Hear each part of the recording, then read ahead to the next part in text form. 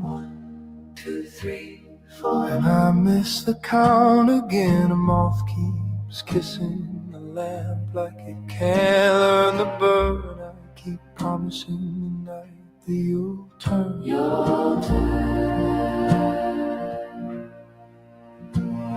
Stay, I almost say to the quiet in the room, but it answers back in static and a late chorus. Boo, let me be the name you whisper when the lights go slow. Let me be the hand you reach for when the dark says no. If there's a door between us, I'll lean till hinges sigh. If there's a prayer hiding, teach my ribs to try. Oh, don't move, let the night decide.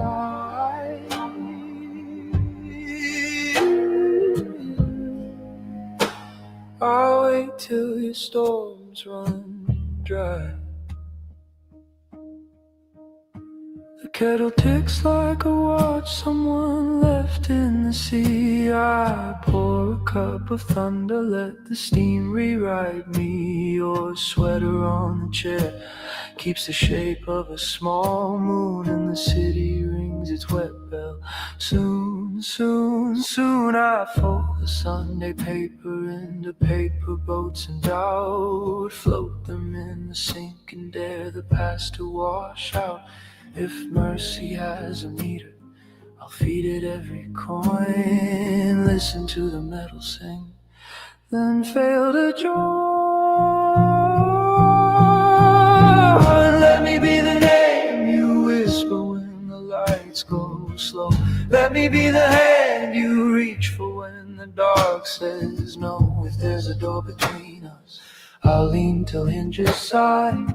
If there's a prayer hiding, teach my ribs to try. Count it with me, 1, 2, 3, 4. Drop the weight, hold the note, close the door. Maybe love is a chapel with the pews pulled out, just floorboards and echoes and a low stubborn doubt. I kneel in the dust where the sunlight falls thin, draw a ring in the powder and step right in. If the river in your chest keeps pulling you away, I'll learn its cold grammar. I'll wait till I fray. Say the word that breaks me, or the word that makes me stay. Either way I'm listening, either way I'll pray.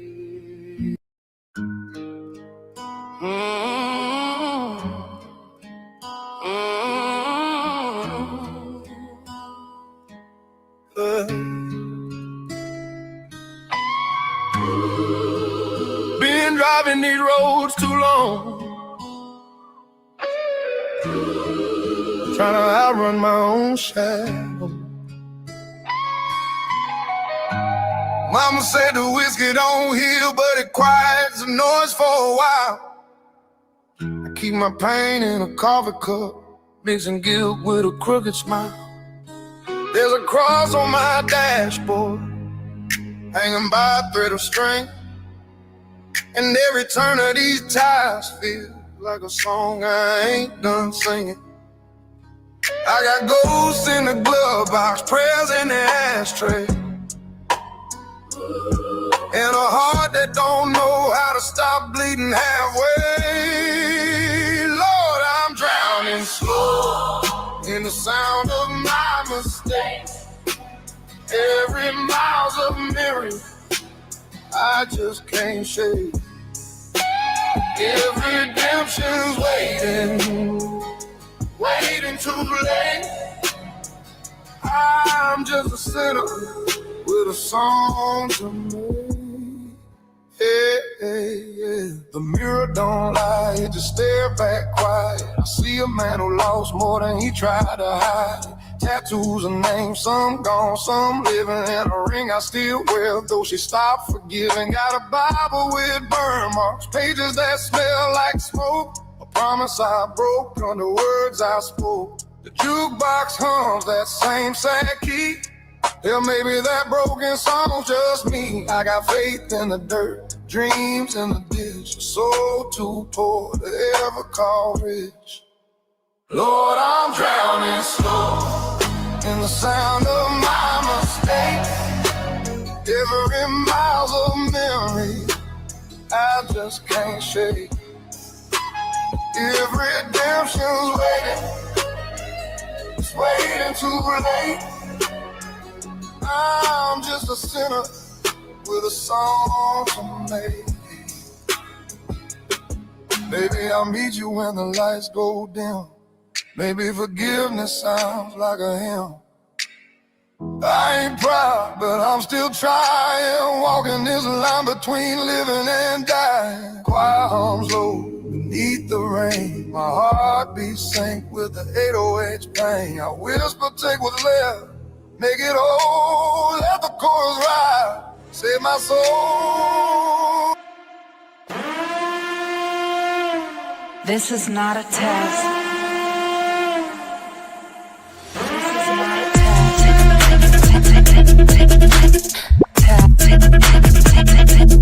This is not a test. I don't know if you can hear me. This is not a test.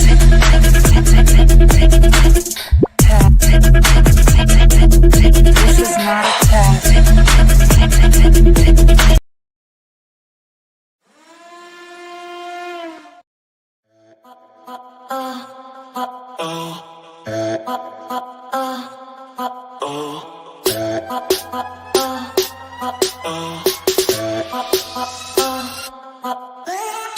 You have the right to remain silent. Anything you say and can will be used against you in the court of law. You have the right to talk to a lawyer and have them present with you while you're being questioned. If you cannot afford to hire a lawyer, one will be appointed to represent you before any questionings if you wish. All right. You good, dude?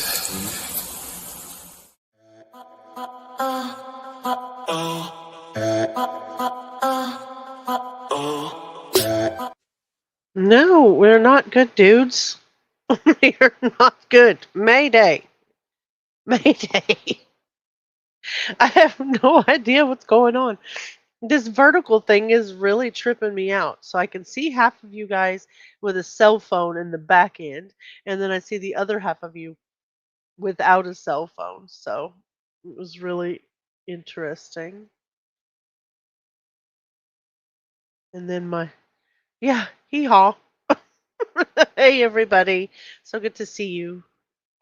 Welcome in. Today is Thursday, November 13th. It is 8 p.m. Central Local Time here in Texas.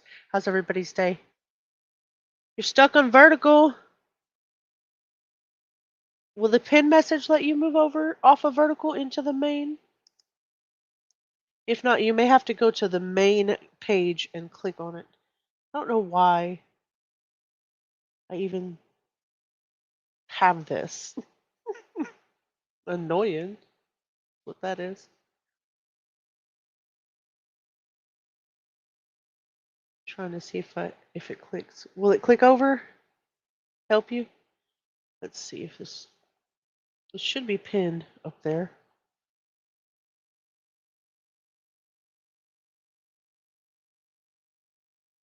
There we go. Should be pinned up there. Let me know how that works.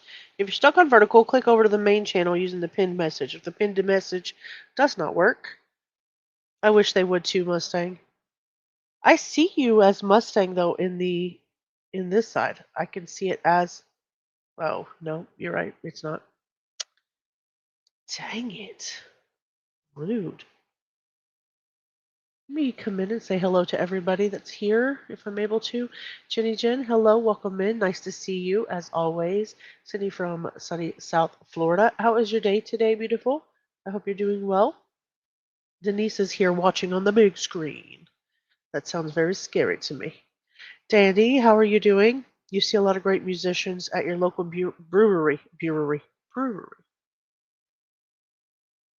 Southern Cats, hello, welcome in. Nice to see you. Ace, thank you for coming in. Nice to see you. We live in the biggest city between SLC and Denver. We pull some great musicians. I love live music. I love me some live music. Is the link working now, Denise? So good to see you, Mustang. So good to see you. You scroll on down here. Some of other. Hi, indie girl. Welcome in. You're stuck on vertical. Are you let me? Did it work? You know, we may be a little bit slow tonight. Number one, I didn't plan the live a whole long way ahead of time. I wasn't sure if I was going to be able to go live.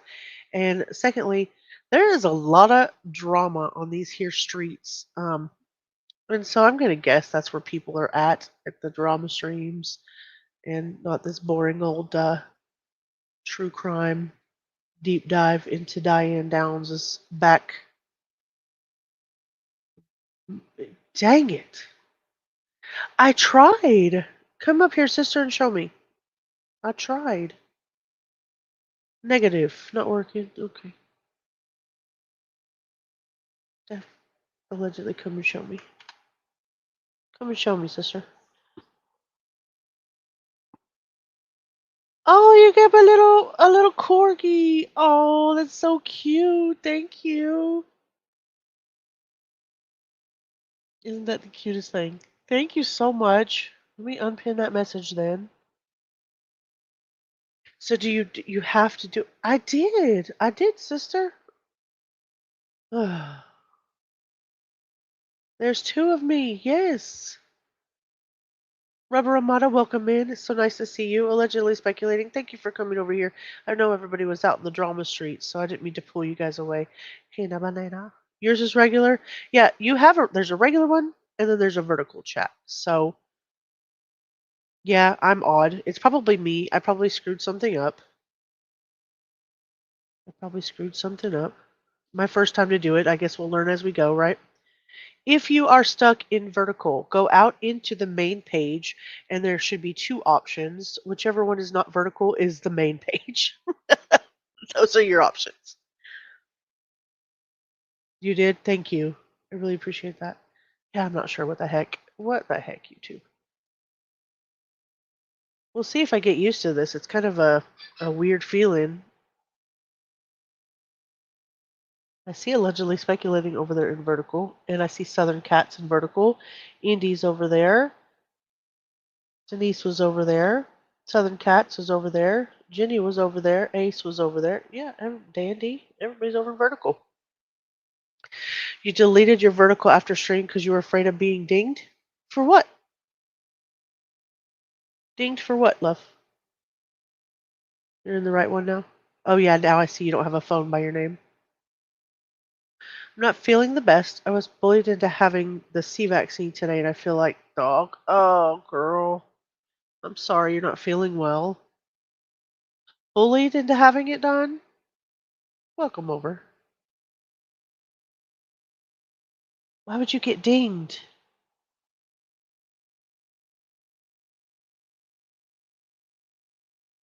Explain.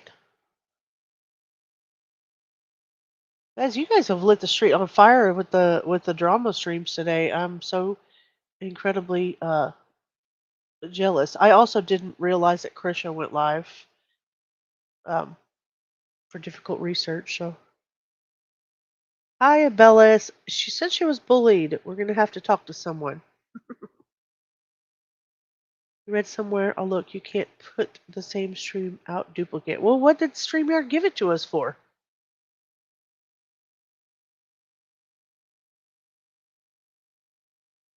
Orange Rose is over in the vertical. Hi, Orange Rose. If you guys get stuck in the vertical, just go out, go into the main channel. Click the other live. That's not vertical. Hi. Yeah. Who told you that? Dang it. I'll have to look.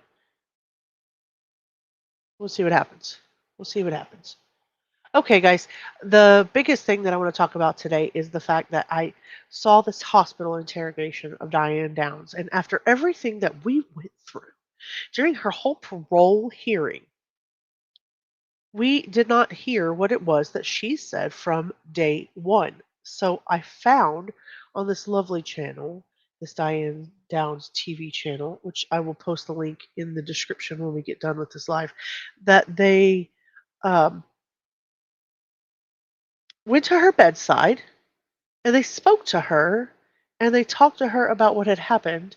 And that's what I want to go over. Then, not only that, they talked to her. No, she went and recorded her own little secret diaries. We've got two of those that we're going to review. So you have the right one now. Yeah, I see you over here. It bounces back and forth. Looks like we have 7 in vertical and 12 in the regular channel. So you do, Southern? What'd you say?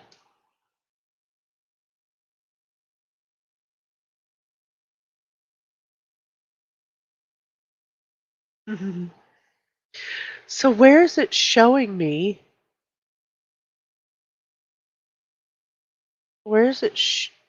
You do. Okay. It is showing me that. Okay. I'm like, I don't know where it's showing me the chat because it's mixed together. So it doesn't show me who's first and who's when. Oh, she's about to take that chihuahua on somebody. Anna has thought she couldn't get a vaccine because of egg in it. There's no egg in it. So now she is vaccinated. Okay. All right. Misinformation. I apologize. Oh, Encycler Ramada. I mean, come on. When you schedule the live, you have to pick landscape. Oh, okay. So I have one landscape and one vertical, and you're allowed to pick landscape in the options during that time. Okay. I gotta leave it to the professionals, man. Thank you very much, allegedly speculating. I appreciate it. No, YouTube will not demonetize you for streaming in both vertical and horizontal formats at the same time.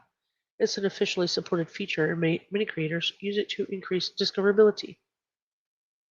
Braticus is her full name. Okay, I digress. I was over here bitching about Diane Downs.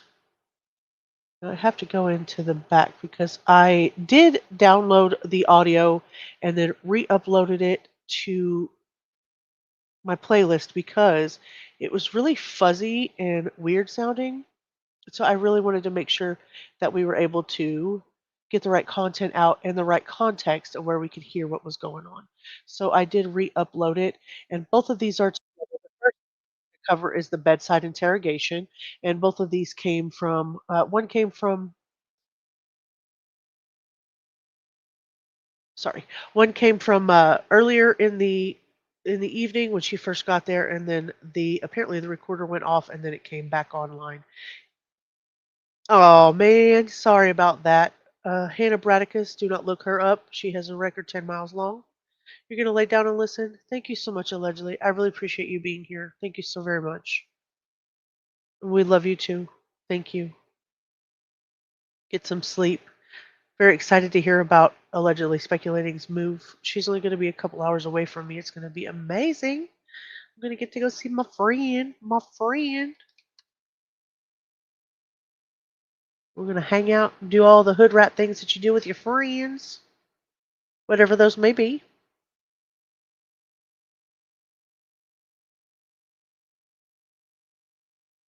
You're all very amazing and supportive. Thank you all for supporting Hio and myself. Thank you very much for that.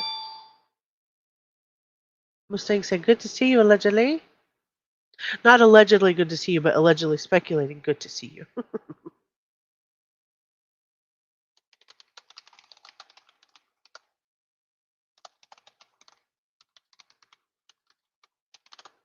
All right, let's get these pulled up here so that we can see so you guys can see what I'm looking at.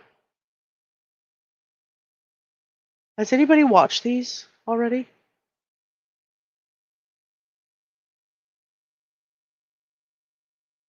This is from the early hours of the time between what happened to the children and the time that her arm was wounded. She made it to the hospital, to Mackenzie Williamette Hospital in Eugene in 1983, May of 1983. And she had a wound in her left arm, and her 3 children were critically wounded in the car. We did do the 2025 parole hearing series. So if you haven't seen that, go back and check that out if you would like to. We did 5 parts. Yeah, get your popcorn ready, Hannah. Definitely putting out a trigger warning. I'm also going to run this banner for just long enough to let you know that this content falls under fair use for purposes of entertainment, criticism, commentary, and research purposes. All opinions on this channel appear on this panel are mine and mine alone. If you have opinions out there in the world, those opinions will remain yours. And I'm not responsible for what you think. I'm also not responsible for what you think of me. But either way, I'm good.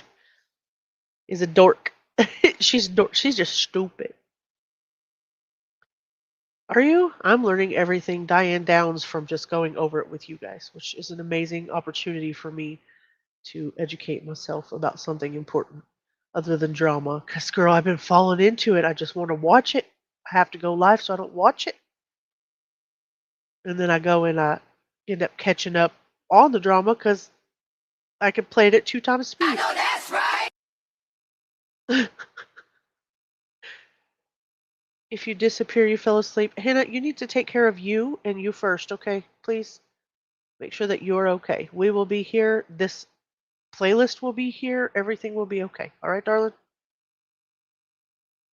Her children were critically wounded in the back of the car. One of them um, actually had passed away, and the detectives quickly realized that her story wasn't really matching the physical evidence, the timeline, and her behavior at the scene.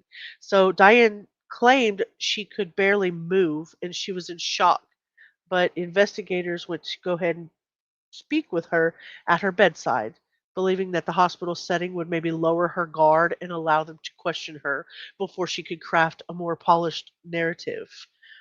Ugh, little did they know. For Hannah, I feel bad, but it's for her own good. Not the snail, Jenny. That's the cutest thing ever. Hi, Lisa. I will likely be quiet, but going to try to watch. Okay, no worries at all. We are going to be here. And like I said to Hannah, if you need to lay down, do whatever you need to do.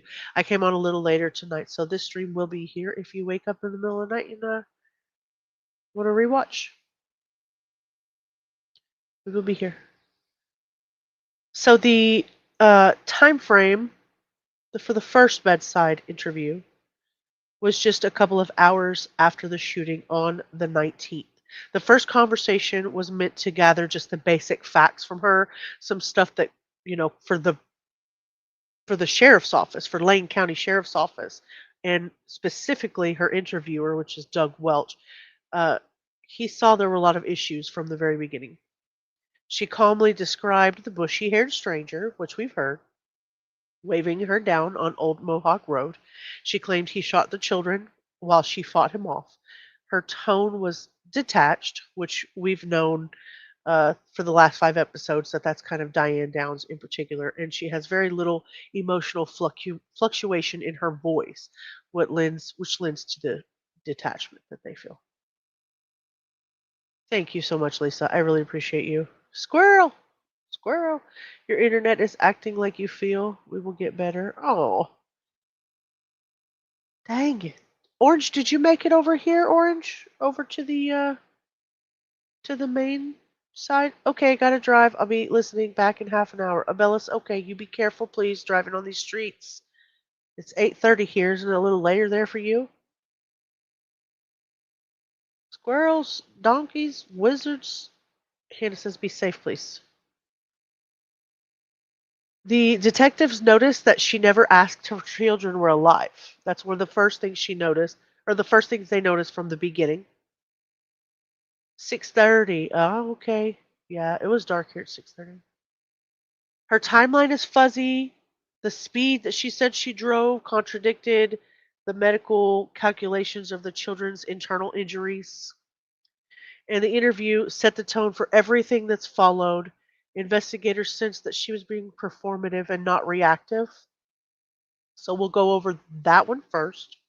The second one is going to be from May 20th, and that's just between Detective Welch, Doug Welch, and Detective Dick Tracy, which we also did hear about in her parole hearing.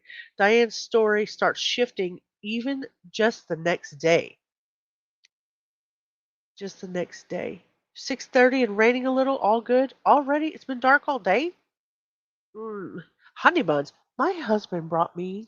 Actually, shh, don't tell him. I didn't tell him, but I went and got his Butterfinger out of the freezer, and I've been gnawing on it since after dinner. Little by little, this Butterfinger will take me 3 days to eat, but I'm gonna eat it because it is delicious. I know us chunky girls know how that goes. You just stick that Butterfinger in your pocket, run out from the. He puts it in the freezer. Think you're gonna hide it from me up there? Mm-mm. Nope. Does that come up in both? Oh, fried gizzards. I'm not a fan, but each to their own. I will eat a little liver and onion, and when I say a little liver onion, I mean I'll eat the onion and one piece of liver one time a year. That's it. That's all you'll get out of me. Annabelle's. You're expecting rain tomorrow through Monday. Fried wizards. You guys are funny. All right, so the audio is cleaned up, and if it is too loud, let me know. I will turn it down. The first one has the captions set, and then the second one, I actually had to set the captions myself. So we will see how it goes. Let me move Wiz out of the way so that you guys can see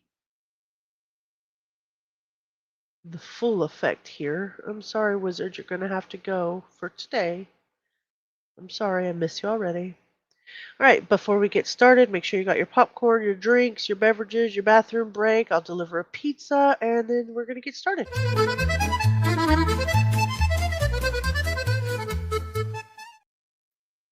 All right, here we go. Be right back. Okay, be careful. It's a kid emergency liver. It's expected to rain until March. Whoa. Basil won't let me sleep. He keeps digging in my hair, rubbing his chin on my cheek, giving kisses. He says it is time to get up and play. You streamed all day. Get up.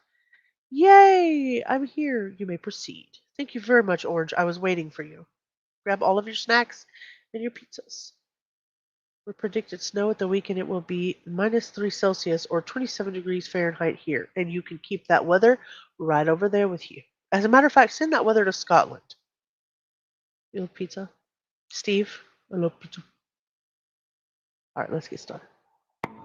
Are you afraid now? Are you scared?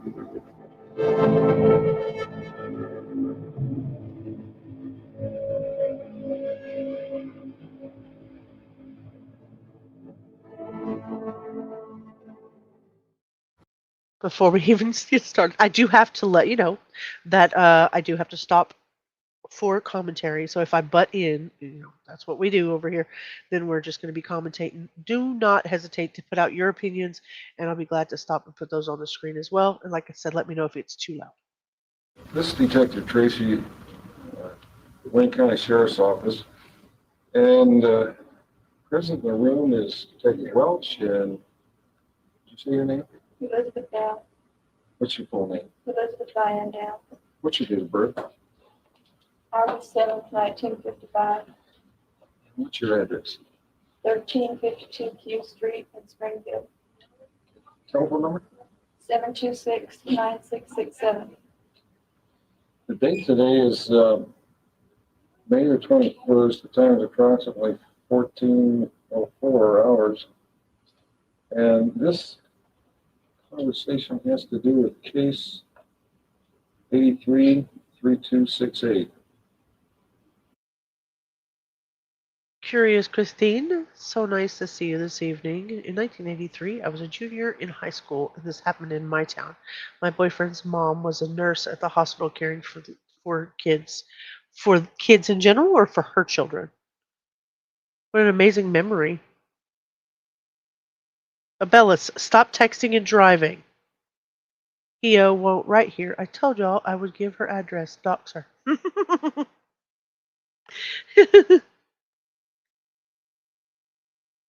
Restarted devices. I don't know what crazy stuff is going on in here. Looks like YouTube is different too. I can't see all chat. Sorry if I seem absent.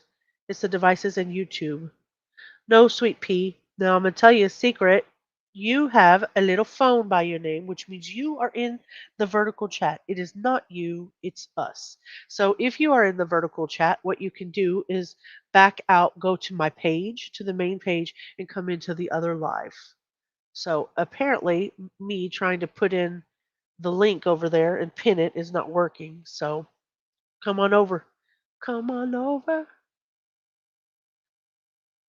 You're in a vehicle? I believe you. Oh, for her kids, for her children. What a great memory. Not good, but you know what I'm saying. What a great memory to have for you.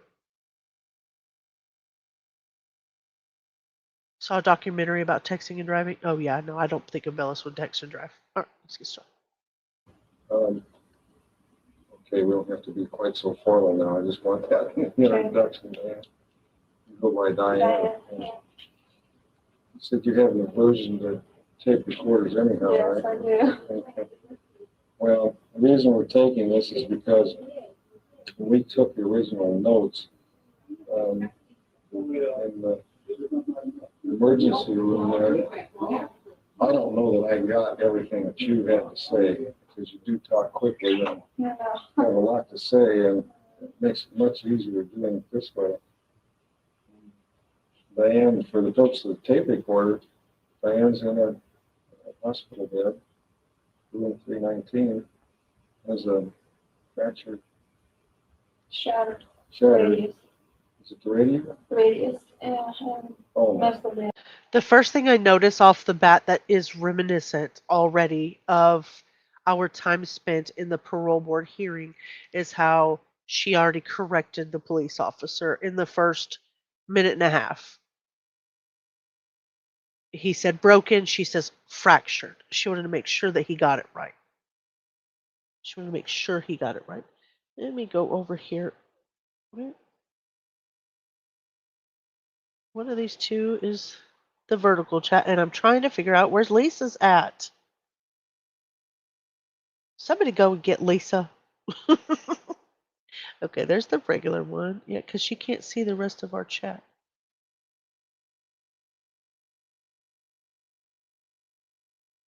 I wish it would let me, like, type main or something, vertical or something in there to let me let you guys know. I'll get better at this, I promise.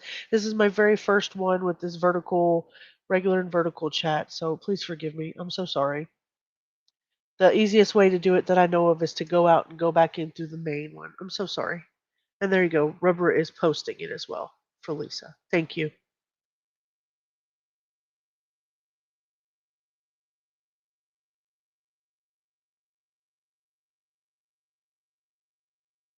Damage. Didn't affect the owner, the big, The radius is the big one. We were wrong. oh, really? Yeah, I thought it was, I did too. the left arm. I don't know, are you ready to go through, try to recall all these events again? Sure. Okay, why don't you take from the top? I guess we could start back on the 19th. That's Was that Thursday, Thursday? right? When you got up and go that, From the beginning of the from the day? beginning of the day. Oh, okay. I got up at 5:15, took a shower, fixed my face, got the kids up at 5:45, and they got ready and went to Grandma's house at 6:15. And Okay, just want to make sure it's going. okay. We went to Grandma's house at 6:15. I'd leave the kids there so I can go to work. I leave at 6:30 to get to work by 7. The kids have breakfast there, and the girls walk to school, and she watches Danny all day. And I left at 6:30, went to work. I had a cake that day. I'd made a bundt cake the night before for the guys at work, and I cut it. So I thought that was interesting when I first saw this too. I had cake that day. I made a bundt cake the night before for the guys at work. She doesn't say for everybody at work. for the people at work. She specifically says for the guys at work. I thought that was telling. No, that's just my opinion. It could be a nothing burger, but I thought that was telling. Piece for the kids and my parents and left it there that morning. And I got the cake to work, and one of the guys said, "Well, it looks like the piranhas already got to it." And they were referring to my kids, and I said, "Yeah." And so I did my work that day, did my job. We had the cake at break and all that. And I got off at 3:30, not quite 3:30. I got off a little bit earlier, but I hung around and talked to the guys for a while. And then I left the office at 3:30 and got to my parents' house. And sat around and talked to my mom for a while. We got company. More flowers. Thank you. Beautiful. I'll take the card. You can set them over there. Thank you very much. So from the very, very beginning, she's still sitting in the hospital bed, and this is just a couple of hours after she brought the children in. I can already, I mean, I think it's a telltale sign already that it even slipped my mind just hearing her. One of her children are dead. And she just laughed about the cake and the piranhas and talking about her children getting into the cake that she brought at work. That does not sound like a devastated mother to me in any way whatsoever.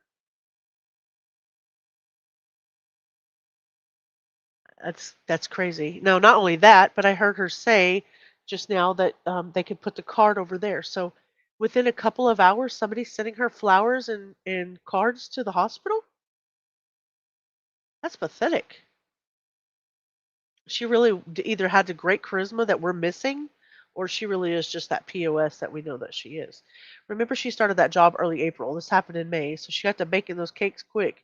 She was baking that cakes for Knickerbocker. She wasn't baking those cakes for all the boys. It is insane. I think there are 3 still there. Maybe they are okay. I hope so. I think they'll be okay. I really appreciate you, Rubber. Thanks for looking out over there. Feral kitty. Yeah, exactly. Gross. Ugh. I think that you should go sit in the corner now. Thank you very much. That is not correct. Because according to the Encyclopedia of... So I got to my parents' house, and I think we sat around and talked to my mom for a while. And Sherry went out and cut me a couple roses, and she cut one for Christy too. And then we left. We didn't have supper with my parents that night. We went home because my mom and dad were going someplace, I think, some kind of meeting. While I'm chewing on my Butterfinger while we're paused, is that symbolic at all? That they cut roses only for Christy? What do you guys think? Hey, Whitney, welcome in. Yeah, definitely Psycho. Definitely a Sarah Boone. So we went home, and Cheryl went over, and that day she had asked, I'd finally consented to let her keeping a cat, which she wanted to get from the neighbor lady. And so she went over and got the cat, and the lady brought over the litter and the litter box and all that stuff, and told me what she ate and all that good stuff. And then we did all that, and I talked to a girlfriend from back home, told her about all the stuff we've been doing, how we usually go to Hendricks Park, or the river at least every day, that we were going out to see a girlfriend. Well, that day I had found a newspaper clipping, well, a couple days earlier, I found a newspaper clipping in the paper about this adopt a horse thing. So you could adopt horses, and it was going to be Saturday and Sunday, so I wanted to get it out to her before then, because she wanted to adopt a horse. And pull it out and see if you need. Sure. I was going to wait, but yeah, it's just, yeah. Oh, What was she gonna wait for? Wait, I gotta go back just a little tiny bit. That day, I had found a newspaper clipping. Well, a couple of days earlier, I had found a newspaper clipping in the paper about days earlier, I found a newspaper clipping in the paper the about horse. this adopt a horse thing. So you could adopt horses, and it was going to be Saturday and Sunday, so I wanted to get it out to her before then, because she wanted to adopt a horse. And pull it out and see if you need. Sure. I was gonna wait, but yeah, just, yeah. Do you want to pull it out so you can read it? As in, do you want to pull out the advertisement or the paper that she was going to bring to Heather? Is that what I'm surmising? Maybe? Don't lay a finger on my butterfinger. Cindy, hope you're keeping warm. So they didn't go to the store for the cat stuff like she said. The lady gave them everything. She lies about stuff that doesn't even matter. Yeah, and she can't keep it straight. She can't keep it straight. That's good. I'm going to write that down. I had forgotten about that. Great point. Let's see if she ever mentions going to the pet store. I also recall it's an adopt a pet thing, right? And she said that she could get her friend this horse for free. See if she mentions anything about that either. Or also, or as well, or whatever. How could she form a sentence after finding out her child is dead and the other two are seriously injured? She's taking it as if, yeah, she's talking as if nothing happened. That's what they noticed from the beginning is that she doesn't have any. I mean, she was detached. She has no emotional fluctuation in her voice whatsoever, at all. It warmed up a little bit. Oh, I know.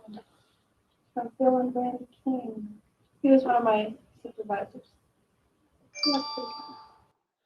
I have no idea what time this is, but it does literally say the first bedside interview was just hours after the shooting. They already had time to get to know that this lady was at the hospital and bring her flowers and a card. How? How? I don't get it.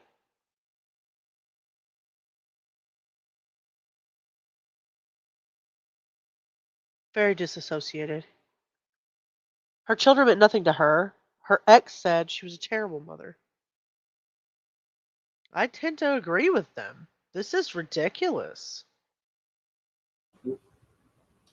So, okay, then, so I took the newspaper clipping and the kids were out playing and I finished talking on the phone, finished cleaning house and doing the dishes and all that stuff, and we took off about 9 o'clock or 9:15 or something like that. I don't know what time it was.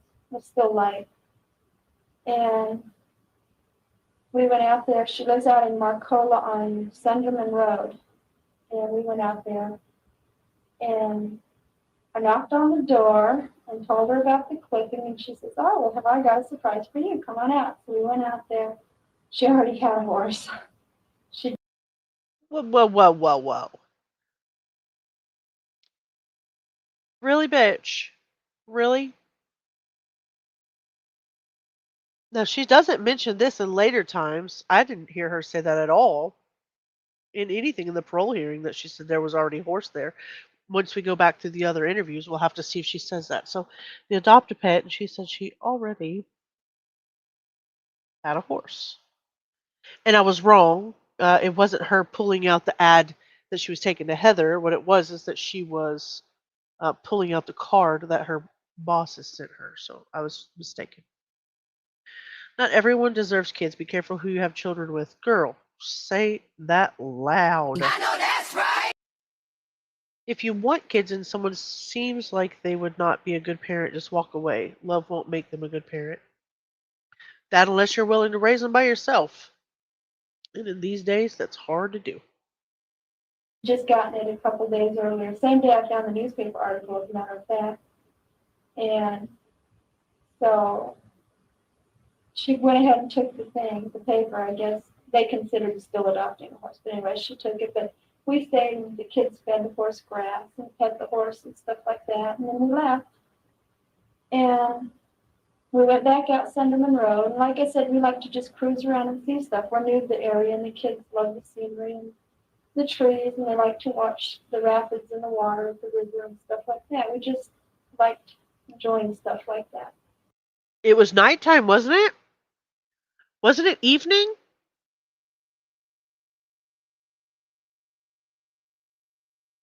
This crazy lady. So we just went out cruising around and we drove around and I ended up going down this other road, this off road, which is called Exactly, content. So nice to see you. Old Mohawk Road or something like that. So I just took off down there and got down a little ways, and there was a guy standing in the road waving his arm. He was not like on the white line, but he was in the center of my line. So I stopped and got out and asked him what was the problem. And because it looked like he needed something, he was frantic. And so he came over to where I was and he said, "I want your car." And I said, "You gotta be kidding. I mean, how many people really do that in real life? They don't." And he pushed me back and he fired into the car so many times. God, it was horrible. And my little girl raised up in the back seat. She's the only one that raised up. And Which one was that? It's Chrissy. She's the one that's still here. And Wow. It was Christy. She's the one that's still here. Wow. Yeah, trigger warning, guys. Some of this might be hard to hear because she's a total see you next Tuesday. From jump, man. From jump. She did not care one iota about what had happened to her oldest daughter. We will never know what happened in that car that night. If her daughter said something that triggered her, or if it truly was just, I've got to get rid of you because of the boyfriend thing. Yeah, the one I failed to kill. Yeah. If you experience trauma but can't recite in detail everything that happened. Yeah, red flag. It's gross. she raised up and she had such a look of terror or confusion or something. I don't know. There was just a look I'll never forget, but I can't describe. And then she fell back on the seat. The look of complete terror because she's looking in the eyes of her mother as you are raising a firearm to your child and firing and shooting them. What do you mean? It's a look I can't describe. You know, terror or something. I don't know what was wrong with the kid. Okay, thank you so much for hanging out, Rubber. You do what you got to do, okay, sweet pea? And she said confusion. That baby wasn't confused until you shot her. She grabbed at her chest. And it was just so that, and then Oh my! It was just so dead on. let's see, she grabbed at her chest. And it was just so, It was just so dead on. What does that even mean?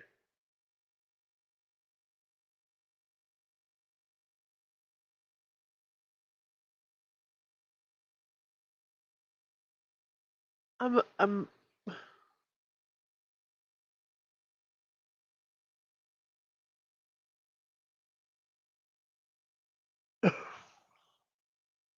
I don't have any words. I'm like, I don't even know what to say. Like, no emotion whatsoever. Yeah, please protect your peace. Make sure you take a break when you need to. How many women are out there just like her that we don't know about? Yeah, you're totally right, Whitney. That's crazy. And there's got to be more, right? Why would she be looking at her mother when the gunman was right there? If Diane Downs was outside the car, the gunman leaning in to shoot, it isn't making sense to me. Because it's not true. Because it's not true at all.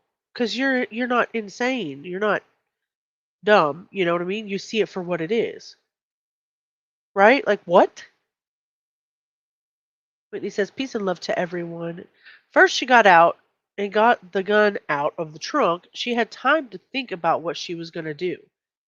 And the other part of that process is that her children were asleep or pretending to be asleep. I mean, because God knows if she was like yelling at the little girl in the front, then the two in the back were just like, hush, hush, keep it quiet, don't let her know we're awake. I mean, we'll never know. We'll never know. I mean, we're going to go through as much of interview with her daughter that we can find. But the fact is that she gave that little girl a stroke, and she was bleeding out almost to the end of her life, the end of the thread of her life, by the time she strolled into the hospital, driving as slow as she was. Sounds like cognitive overload, and that's why those words were such a poor choice. How can you say dead on?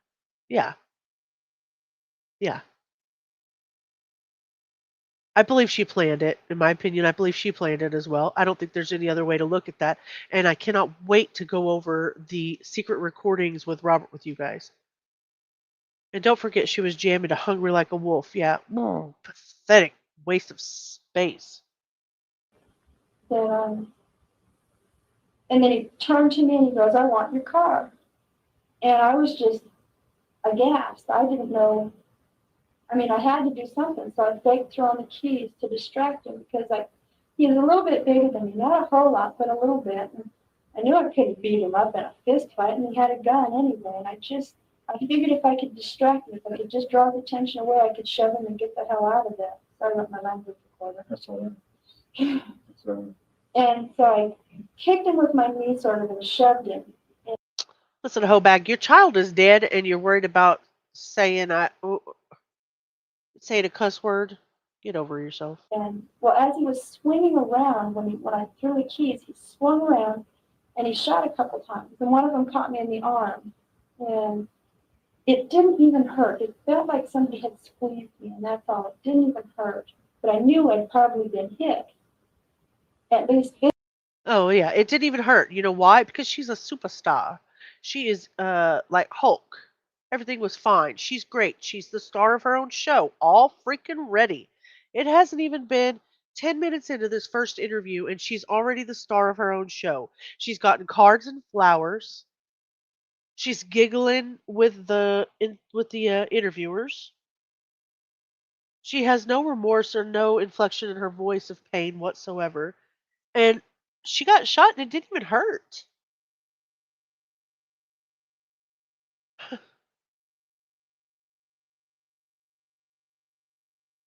physically I was hit. Whether he hit me with a bullet or hit me with a gun, I was hit somehow.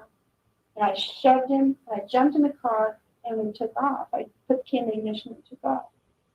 And if he fired after me, I have no idea because Chrissy was laying in the back seat just choking on her own blood. I kept telling her to roll over on her stomach so that she was drowning. She just Oh my god.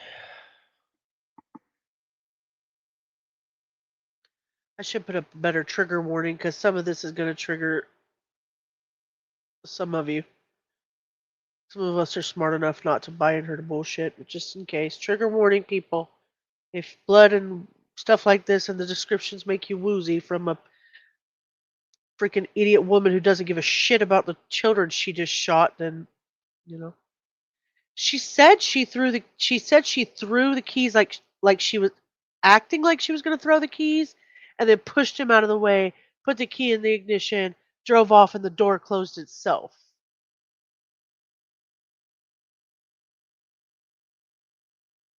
I don't think it was her first planet either. Planet. I don't think it's her first planet, but I don't think it was her first plan. It's definitely not this bitch's first planet. Yeah, it does. It makes your stomach turn when you think about the fact that she's just like doesn't care. She doesn't care. How can you so nonchalantly think about that and say it out loud? Like I told her to get on her stomach. Like she did something wrong. Yeah, exactly. Lights, camera, action. She had a beach towel conveniently in the trunk to wrap around her wound, but not her children's wounds. Not the same, but she says she faked throwing the keys. Yeah. Roll it back just a little bit because I was really taken aback by what she said. Not too far, okay? There we go. whoever hit me with the gun, I was hit somehow. And I shoved him, I jumped in the car, and we took off. I put the key in the ignition and took off. And if he fired after me, I have no idea because Chrissy was laying in the back seat just choking on her own blood. And I kept telling her to roll over on her stomach so that she was drowning. She just drowning in it. Cheryl was on the floor, not making a movement or a sound, and Danny was in the back seat just crying so soft. So, Mom, so soft. And I just I kept saying how much I loved him. I told him, don't worry, we'll get away. I said, we got hurt, but we're going to be okay. I kept telling Krista to roll over on her stomach, and I was driving as fast as I could. Danny kept moaning, and I couldn't stop. If I'd stopped to roll Christy over on her stomach, she would have just in a panic rolled back, and I'd have lost 5 seconds. And 5 seconds is a lot, and I couldn't stop it. So I just kept going. Wow, that's so much in there. That is so much right there. Exactly. Where's their fucking trauma telling the story? None. None.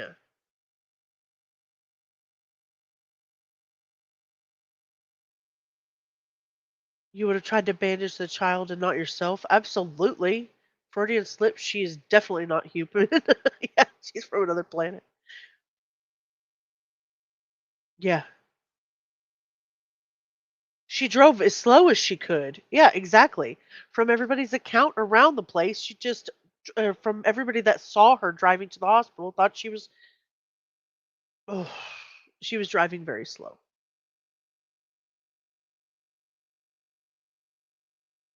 She couldn't stop, but she only drove 7 miles an hour. Exactly. 5 seconds is a lot when you drive as slowly as possible.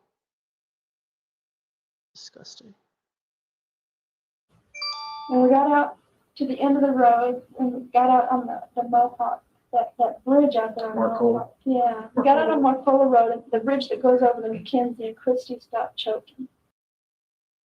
So freaking nonchalant. Allegedly speculating says, I had to get up to do the morning coffee thing. I was thinking about how that song, Hungry Like a Wolf, has forever traumatized that child now. Oof. There's a witness who was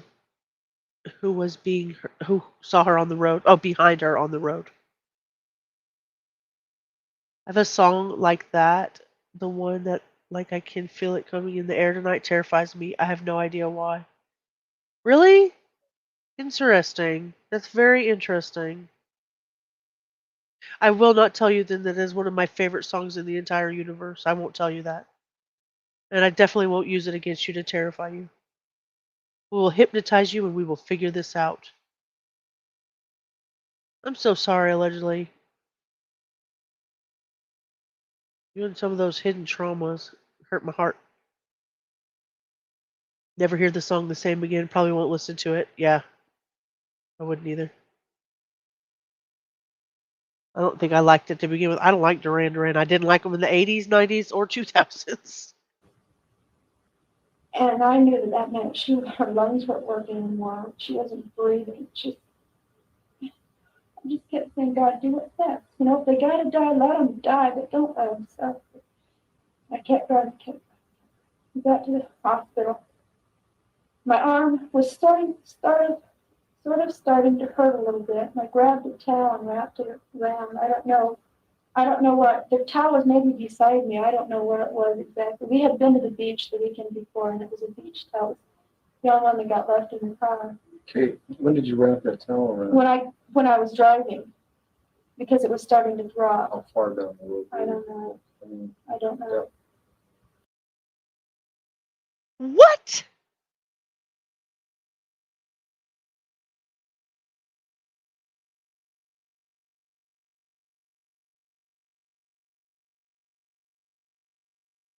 She knew that meant that her lungs weren't working anymore. She wasn't breathing. Her daughter wasn't breathing anymore. There's no way I would have stopped anywhere or done anything except for my pedal to the metal, man. If you've got to let them die, but don't let them suffer. I mean, on paper, written down, it looks like that might be a little bit of a maternal thing, right?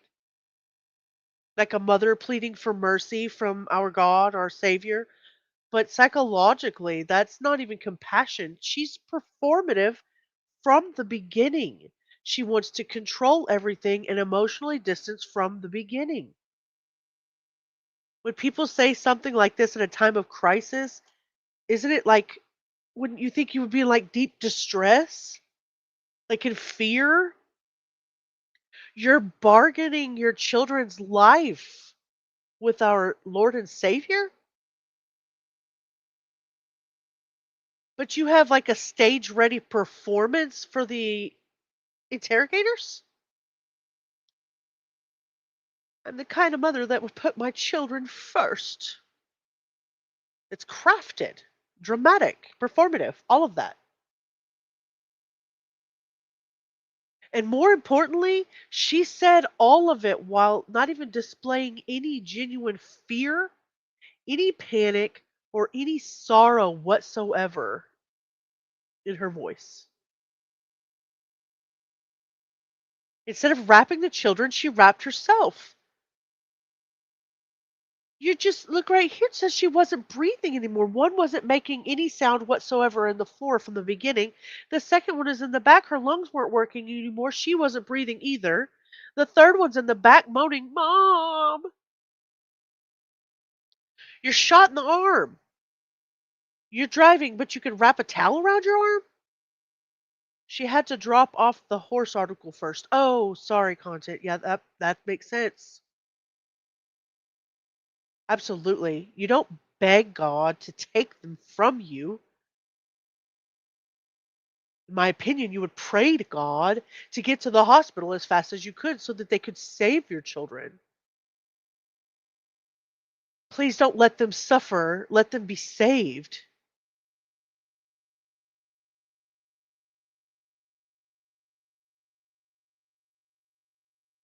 Always, always verify. Always verify. You look anything and everything up. That's the only way we can keep each other straight out here. Nobody wants to spread information at all. Mm, mm, mm, mm. Mm, mm, mm, mm. Do that. Mm, mm, mm. If you've got to let them die, it's like so part of that psychology that so much part of that psychology that we've talked about the last couple of days.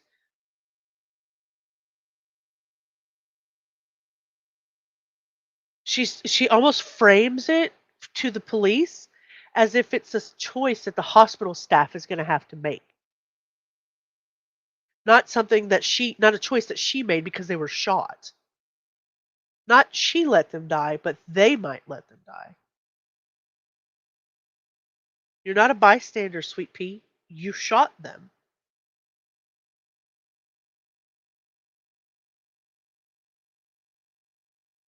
That this is the whole thing that she still has had for the last 42 years. Simulated empathy, right? She simulates how she thinks that you want her to act. As long as you're looking at her and seeing her in the light that she wants you to see and seeing the empathy that she wants you to see, then she's the star of the show. She's got it. The words are emotional, but her demeanor isn't. Not at all.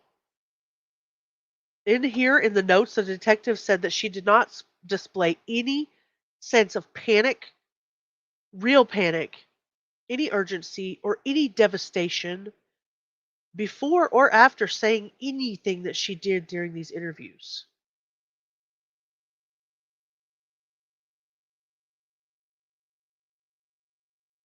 There's a Macklemore song, Thrift Shop. It was playing all the time when I was pregnant with, ooh, hypermesis gravidum? Is that something that I should know? I have to look that up. And now, anytime I hear that song, I get nauseous. I can't even say that word, and I'm so sorry. I'm so sorry that you're affected by that song if you hear it play. That's terrible. And that happened while you were pregnant and the effects were lasting, huh?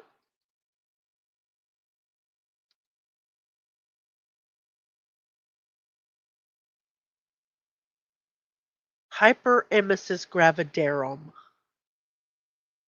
Hyperemesis gravidarum. Welcome back, Abellis. Got to get ready for tomorrow. Getting your new dryer. Getting a new dryer. That's always exciting.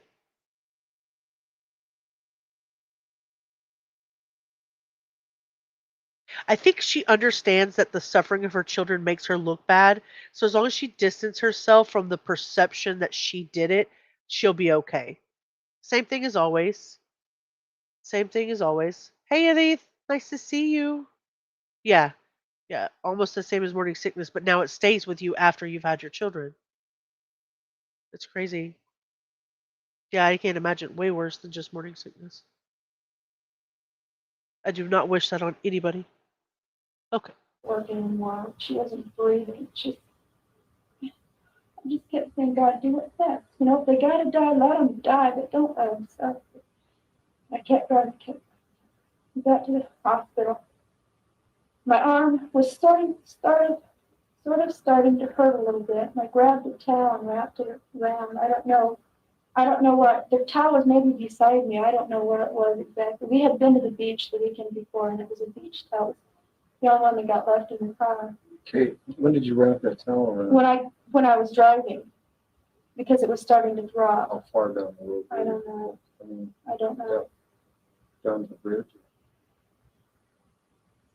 It may have been at the bridge where I had to stop for a stop sign. I don't recall, honestly, I don't know. Hi, Ace. I see you over there. I see you over there. If you're stuck in vertical, what you can do is you can back out and then come over into the regular live. And I pinned the comment that Rubber gave to us so that you could get over here into the regular live if you'd like to.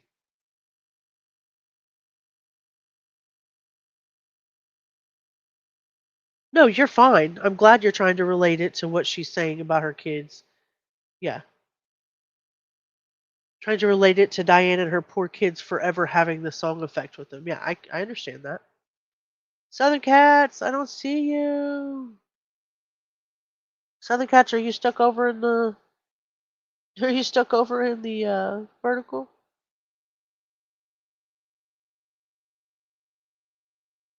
Hi, Lisa.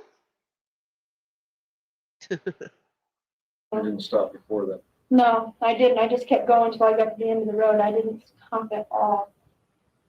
Which is ridiculous because he was on foot. He couldn't catch us, but I just didn't stop. But I had to What's stop funny because about the cars that? coming, and I didn't want them to hit us. That's all we needed was that a car wreck when Christy's already suffocating. So So has anybody noticed how she says nothing except for nothing about the child that she actually did kill up front, except for that she wasn't moving from the very beginning. And she is saying, Christy was this, and Christy was that, and Christy was this, and Christy was that. But she absolutely 100% distances herself from her oldest child like it didn't even exist. Like she doesn't even exist. You're over here now?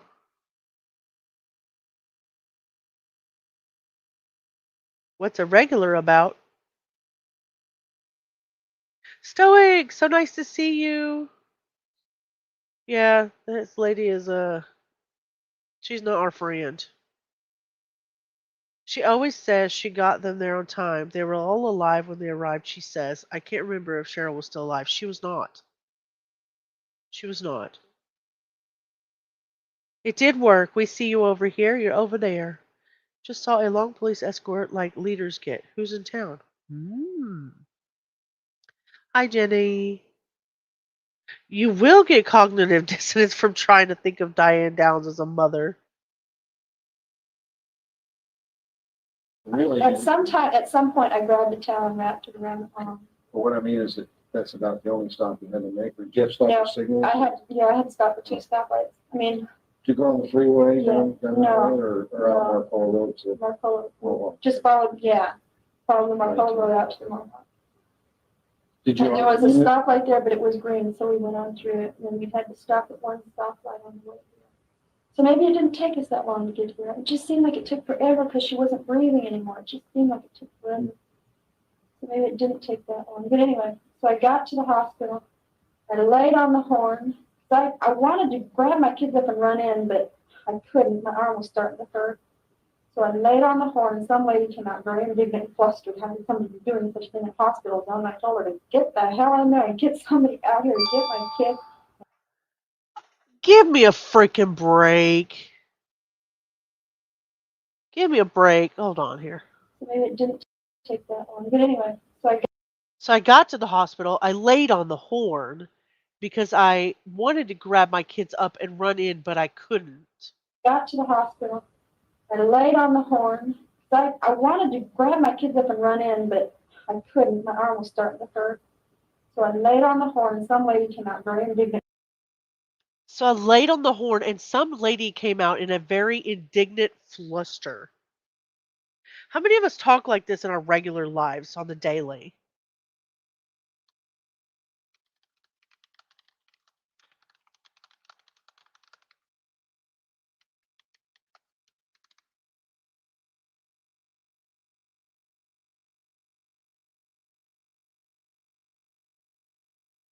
You're actually intelligent? I believe you. Constantly dodging responsibility, always trying to prove she tried. Yeah,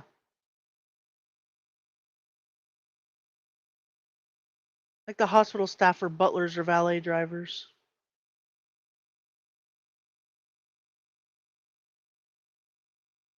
Well,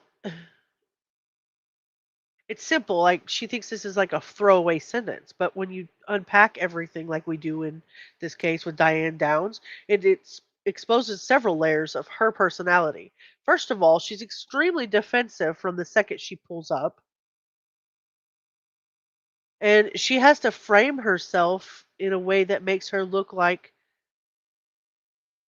the decisive hero because she's laying on the horn.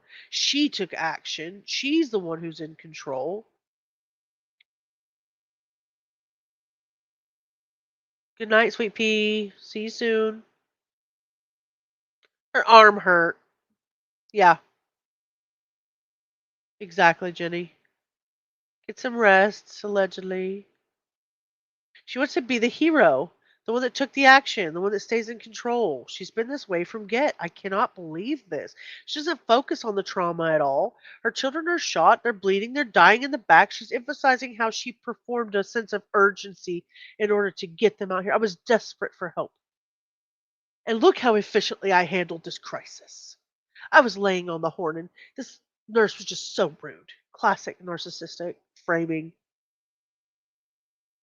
Classic. The emotional part of her, it should have been centered on her children, and it was not.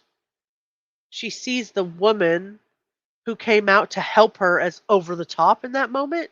There's no way I would have been focused on any nurse's indignant fluster in that moment. And in that moment, you still feel superior to the people who are trying to help you. And then she's going to use humor to distance herself from the situation again. I'm going to say something, trigger warning, because this is going to it's going to upset me to say it out loud, but I'm telling you right now, in a true emergency, especially when it's involving your children, you do not critique the emotional reactions of strangers. Good night, Indy. Sleep sweet. You are laser focused on your children. The day that I woke up and one of my children were needing to be rushed to the hospital as fast as I could get there. We lived a little bit further out from the hospital, maybe I don't know, 20, 25 minutes, and we didn't have a phone. This is in the early 90s, and I did not have a house phone, or the late 90s, sorry. I didn't have a house phone, and the husband I had at the time, I was very, very young. It's when cell phones just started to come out, so we didn't own those. We didn't have a house phone, we didn't have a cell phone. And I had to run out of the house, get into the car with my child, and go to the nearest gas station. I'm holding my child in both of my hands. I don't remember who was there. I didn't see anybody else at the gas station. I saw my child and I saw that I needed help. I saw that he needed help. And so I ran in with my child into this gas station. It was an Allsups for anybody who lives in Texas who knows what those are. It was an Allsups, and I ran into there. store and I laid my baby on the counter screaming, "Help me." I did not pay attention to the people that were around me. It doesn't make any sense. None. Pathetic.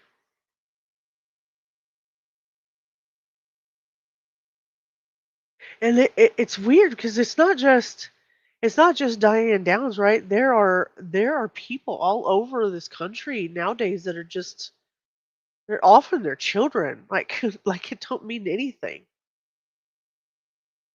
It's so dangerous. We're such a dangerous society. To be honest, this is not new. This has happened in the 80s.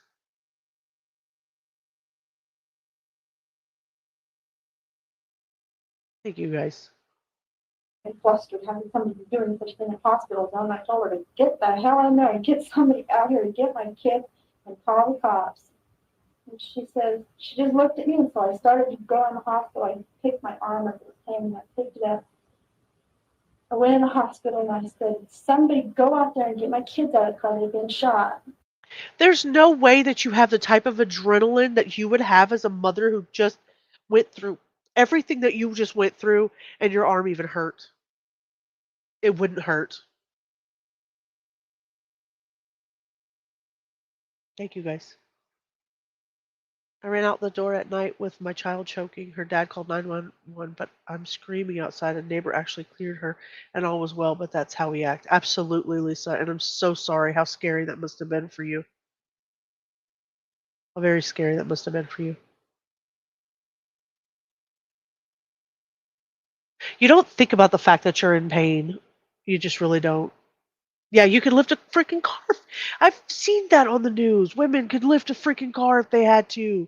I saw a cop in an interrogation, or not interrogation, in a body cam video not even 2 weeks ago, didn't even know this kid, runs up and sees that the lady was extracted from her car in a rollover accident.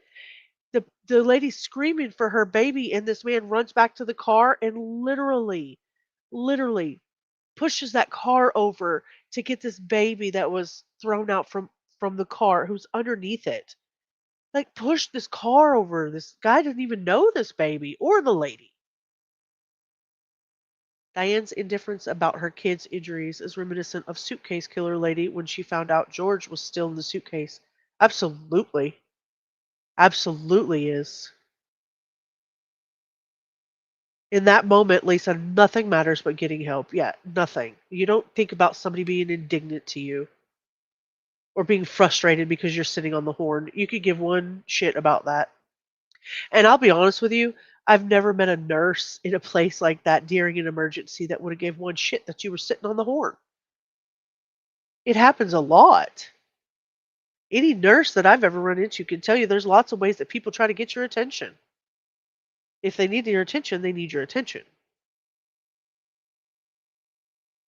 Somebody get out there and get my kids out of the car. They've been shot.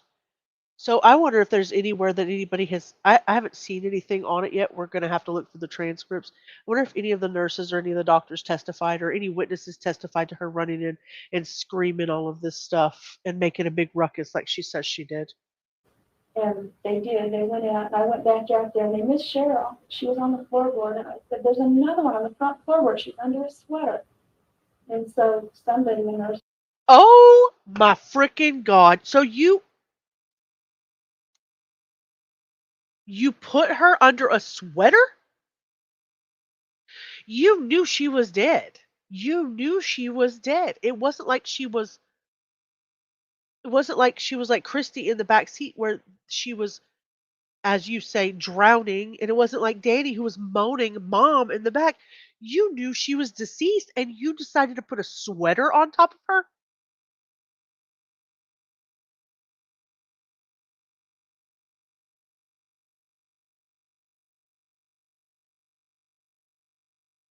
Because I'm sheltered. I've sat inside ER waiting rooms and I never saw anything or anyone honk for staff to come out. I'm not saying it happens all the time. I'm not saying it happens all the time. I can't speak to that, obviously. But I know for a fact that I have been Presbyterian Hospital there in Dallas. I've seen people do some crazy stuff just to get their way into the emergency room as quick as they could. So it could be just me. I'm not saying it's everywhere. I shouldn't have said it like that. I'm sorry. I just know that if it was me, no matter what I had to do, I would roll it in there with whatever kind of, you know, voice I had to have to get somebody's attention. But, Presbyterian in Dallas is a sometimes it can be a 24-hour wait in the nursing or in the ER. So, it could be just me. But yeah, I think sometimes it probably happens. You don't hang out there a lot. I hope not. Yeah, I don't particularly care for hospitals unless I have to be there for some period of time. I prefer not to have to go. Somebody went out and picked her up. She's the one that died. Yeah. And with Becky, and I don't think they even knew that my arm was hurt. It was all right. I cannot believe the way she said this. It's And they ridiculous. did. They went out. I went back out there and they missed Cheryl. She was on the floorboard. And I said, there's another one on the front floorboard. She's under a sweater. And so somebody, a nurse or somebody went out and picked her up. She's the one that died. Yeah. And with Becky, and I don't think they even knew that my arm was hurt. It was all wrapped up. I was holding it. They probably just thought I was holding myself, in pain. Mm-hmm. And I told the lady, call the cops right away. And she That's another thing. You would definitely not be sitting there thinking about calling the cops. And most people in a crisis refer to their children as my daughter, my little girl, or her name would probably be the last resort, but my daughter, my little girl. But she's under a sweater. The first thing that she mentions is the sweater, not the human being that's underneath. She's under a sweater. Whoever she is, she's under a sweater out there. And she put a physical barrier between her and her daughter while she was on her way to the hospital. It's fascinating. It's fascinating.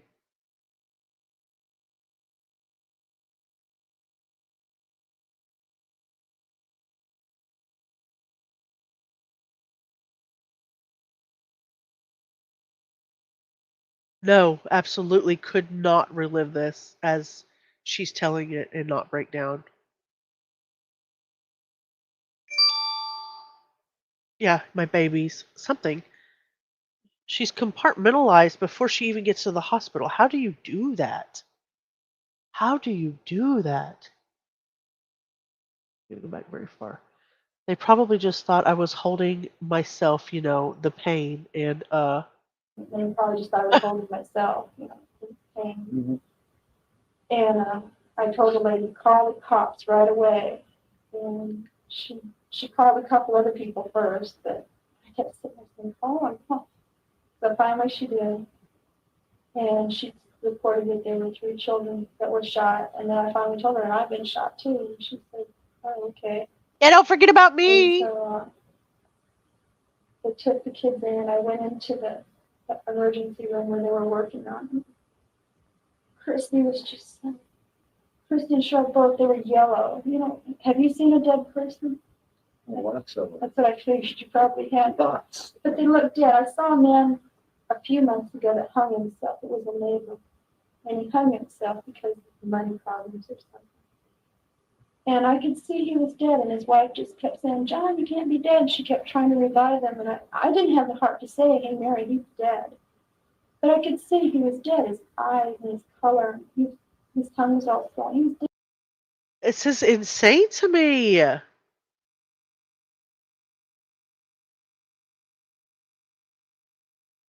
Oof. This took place in the hospital, nowhere near time to wrap her head around all that happened. No, I don't, I can't even imagine. I can't even imagine it being a thought process. Killers who cover the face of their victims is nothing new. It's an indication the killer didn't want to watch the victim die and that they love or know the victim. Well, that and they also wanted to distance themselves from what she did. Absolutely. Absolutely content. Hey Teresa, nice to see you. Yeah, absolutely. Cold heartedness. Hell. Does she want to compare the skin tone? Yeah, I have no idea. Probably because of this. She has no empathy or conscience. I'm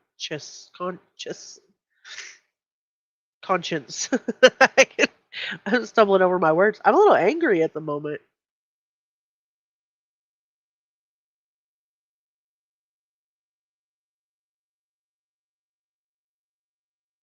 dead. And that's just how Chris and Sherry were, just dead. I was devastated. It made me just sick. And Danny just kept crying, and I knew that was hope. I knew as long as he kept making a sound, he was okay. But when he was in the car, as soon as we got to the hospital, I laid on the horn and I got out, and I could see he was shot right to the middle of the back. And I just knew he'd been hit in the spine, but they said his legs worked, so that he wasn't paralyzed. That's just so crazy there. So anyway, in the emergency room, they were taking care. So all of that nonchalantly. So anyway, like, let's just move on from that. So anyway, I saw he was shot in the back, and he's paralyzed from the neck, or from the waist down. But anyway, It made me just sick, and Danny just kept crying, and I knew that was hope. I knew as long as he kept making a sound, he was okay. But when he was in the car, as soon as we got to the hospital, I laid on the horn and I got out, and I could see he was shot right to the middle of the back. And I just knew he'd been hit in the spine, but they said his legs worked, so that he wasn't paralyzed. That's just so crazy there. So anyway, in the emergency room, they were taking care of the kids, and they were taking care of me pretty much, but I was mostly just answering questions. Everybody, I don't even remember everybody's name, but everybody that was asking anything, I was trying to give an answer to. And then they wanted me to go back out to the scene and try to point out exactly where we were.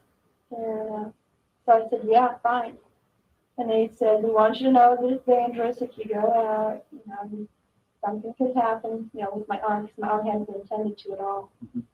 I said, let's just go. The sooner I show you where it's at, the sooner I can get fixed and better I'll feel. The longer we wait, the further away it's going to get.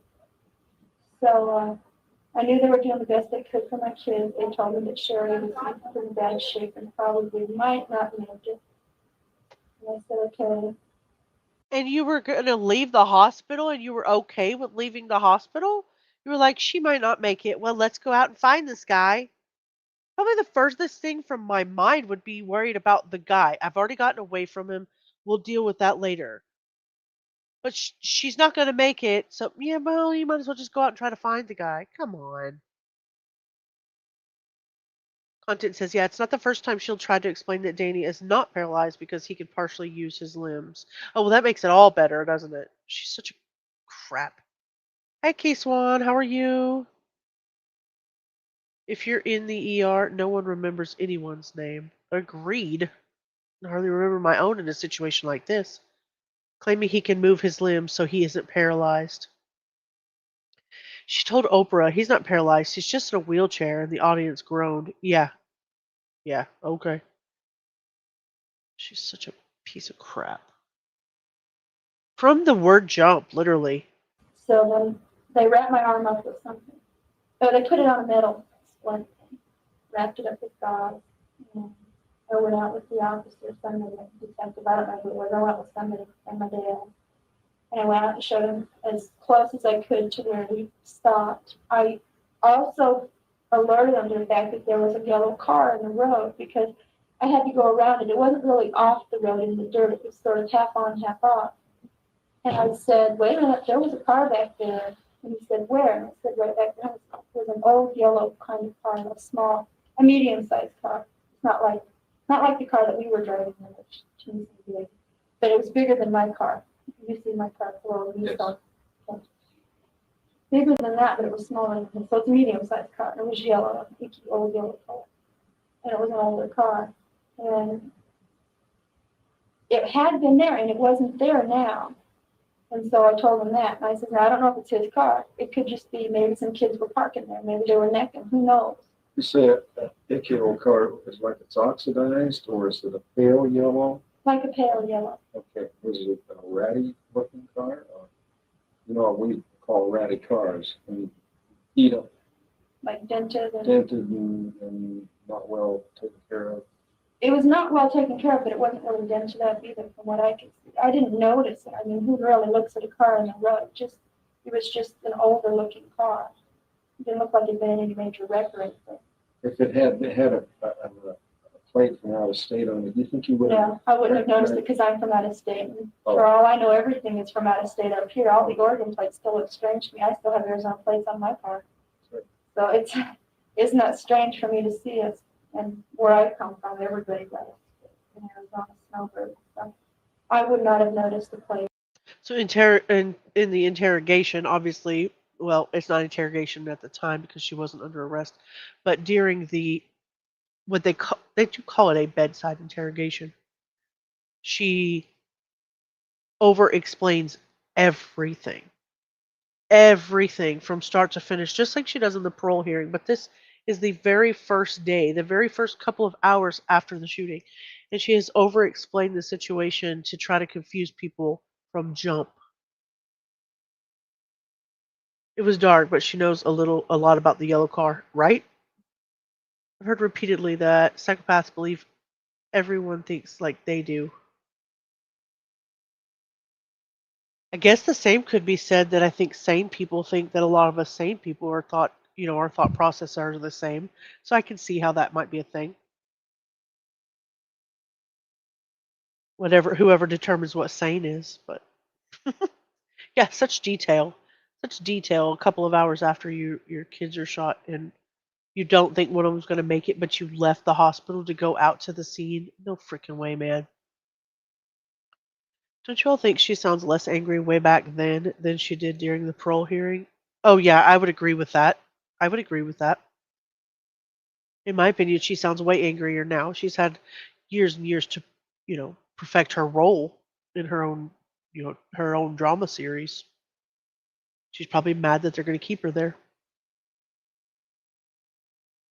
So my dad asked me the same thing. He asked if there was a different state. Like, there's a lot of Washington plates down here. And I just don't recall. I didn't look. And so, anyway, I said, well, the car was right back there. I told him as close as I could to where I thought the car was parked. And there was a house out there, and it was right past the house, just before the trees. That's where the car was. And as we got past that, just a little ways, when it started curving like that, that's where the guy was. And I don't know if he was walking away or walking to me, because when I got there, he was already standing in the road flagging. And so I don't know which way he was walking at all. And What does so that I have to told do with the price of tea in China? Which way he was walking, where he was going, where he came from, none of that even matters. None of that even matters. There's a bushy haired man on the side of the road and he shot my kid. None of this even matters. Why are we talking? Go find this man. If it was true, go find him. Why are you asking me all these questions? I gave you everything I knew. him all that. And then, What would you describe him? Yeah. yeah, okay, he's about 5'9", and I assume that because my ex-husband is about 5'8" or 5'9", and he's just about that height. I'm real bad with heights and measurements, I want you to know that. Okay. But he's about 5'9". He was medium build, but pushing towards being a little bit heavy. So we assume probably 150 to 170. And because my ex-husband is about 145 and he was heavier than Steve. He had darkish hair, but not blue. Ha, ha, bitch, I'm telling you right now, there's no way with all of the panic and everything that you said was going on, the chaos that was going on, that you were like, yeah, he's about 145. He definitely wasn't as heavy as my ex-husband. Like, yeah, doesn't make any sense that he would just shoot the kid and disappears. First of all, what would have been the motive? Him wanting her car, he could have taken the car. He could have shot her and taken the car if that was actually the truth. Yeah, there's no way any of us. I mean, in the 80s, I will say that there were times, like I said, my dad used to people would stick their thumbs out on the side of the road. I mean, we talk about Dahmer. I mean, that's how he got a lot of people to get in his car. Well, the first guy, that's how he got in his car. But a lot of people hitchhiked back then. But I wouldn't do it now. I didn't want my daddy to do it then. It scared me to death. Don't be flagging us down. And there's my dad. He'll pull up, side of the road. Which way you headed? Like he could have chopped us up. He had darkish hair, but not black. He was not short, but he wasn't tall. He was not white, but he wasn't black. Thank you very much for the content. I think I can come up with a sketch off of your description. black. It was like a brown, dark brown, whatever. His face was kind of stubbly. Not like a beard, not like he had a beard, but like he hadn't shaved in a couple of days or so. His hair was kind of shaggy looking, like it had been cut in a shag, but not brushed out properly. His voice was, it wasn't high, it wasn't low, it was just a voice, just no accents, no lisps. Nothing that would distinguish him outwardly from anybody else. He was wearing a t-shirt that was a light color, but it wasn't pure white. It wasn't something that would glow in the dark. She's literally got to be making this up as she goes. It wasn't light, but it wasn't white. This is dumb. It wasn't a glow in the dark type. A mullet. Yeah, she's got to be making it up as she goes. So much detail.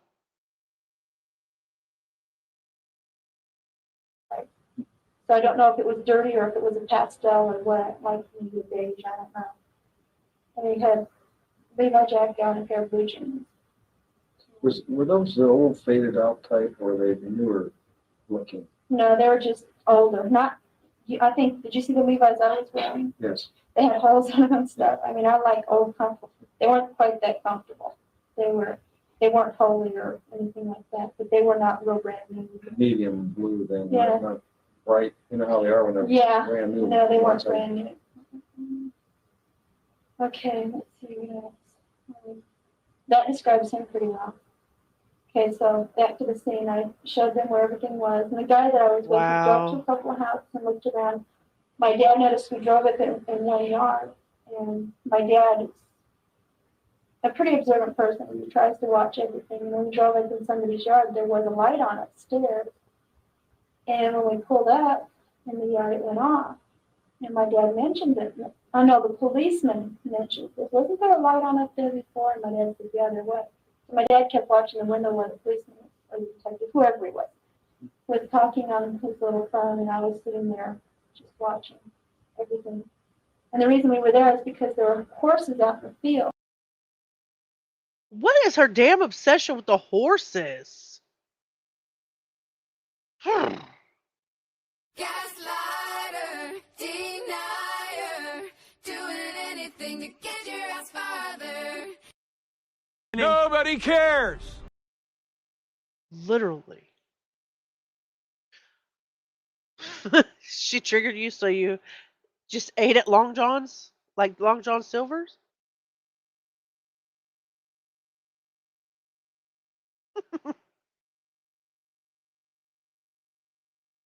You were married with kids in the early 80s. You would have never picked up a hitchhiker either. Me too. She's a horse's ass. That was a good one, Mustang. Thank you. That was a good one. What's a Long John? Not the donut, right? You're talking about Long John Silver's, right? Like the fish place? Oh, 2 Long John donuts. Oh, okay. She triggers you. Stay away from the donuts. And I never thought of this, but he says, I asked him how many dogs were going to be out looking because I only saw one dog. And I just didn't think a dog would sniff very far, one dog. And he says, well, there's horses here. And I says, don't tell me a horse can sniff out a person. He goes, no, but a horse, if he tried to sneak through the field, a horse would be spooked. Whereas maybe we couldn't see him, the horse would sense him, which made a lot of sense. So that's why we're there, to see if the horses were spooking, which they weren't. And so my dad said, hey, that light's back on. And I looked up there and it was. And I just said, that's it. I ducked down in the seat. I said, one shot's enough. I'm not being anybody's fair target anymore. So I slunched down in the seat and the light went off again. And does it infuriate anybody else, the laughing, the little snickers in between? She is infuriating. A Long John is a donut. Well, we have Long John Silver's. I thought he was talking about a fish place.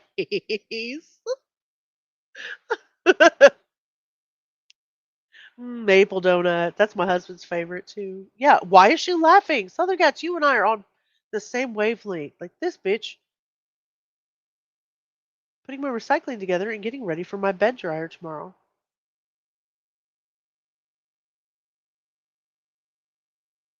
Sweet roll with frosting, not round, but long.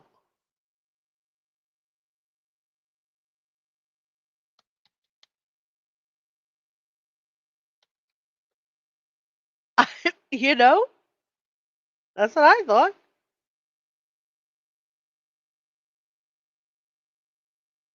Apparently, these are the long johns. Long johns. All different types of long johns. A $98 long john? That's craziness. Long johns. But there is also a restaurant. It's called Long John Silver's. They serve fish and chips.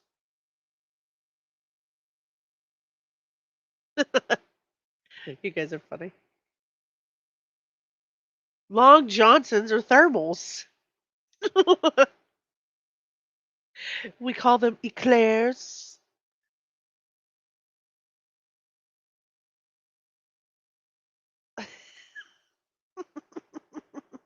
And long johns with a trapdoor in the butt when I lived in Winnipeg, where we got 40 below in January.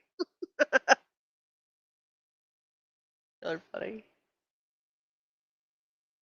The fish restaurant. Arkansas has Long John Silver's. We have one here. We have one too. Y'all don't have one? Whoa, whoa.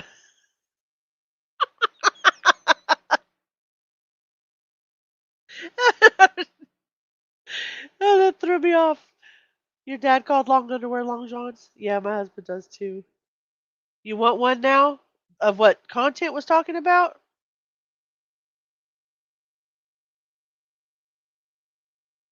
Or the donut? Correct. Oh my goodness. We laughed. To me, that's kind of crazy. I would have, if I was a policeman, I think I would have at least knocked on the door because he lived out there and those were his friends anyway. I would have knocked and said, at least, are you guys? I mean, sure, husbands and wives turn the lights on and off a lot. I used to. After you finish fooling around or whatever, you get cleaned up. So maybe that was it. But I don't think anybody feels like a fool knocking on the door if there's something serious. But he didn't. He said he'd come back later and check it out. So maybe he did that. Probably did. I think He wanted to get me out of you there. back to the Yeah. hospital. He did because we were on our way and then he wanted to stop and see the horses. So I told him, hey, I've told you all I can out here. You have a daughter that you do not know is going to live or die at the hospital, and he wanted to stop and see the horses, Diane? Do you know how pathetic that must have sounded to that detective from the beginning?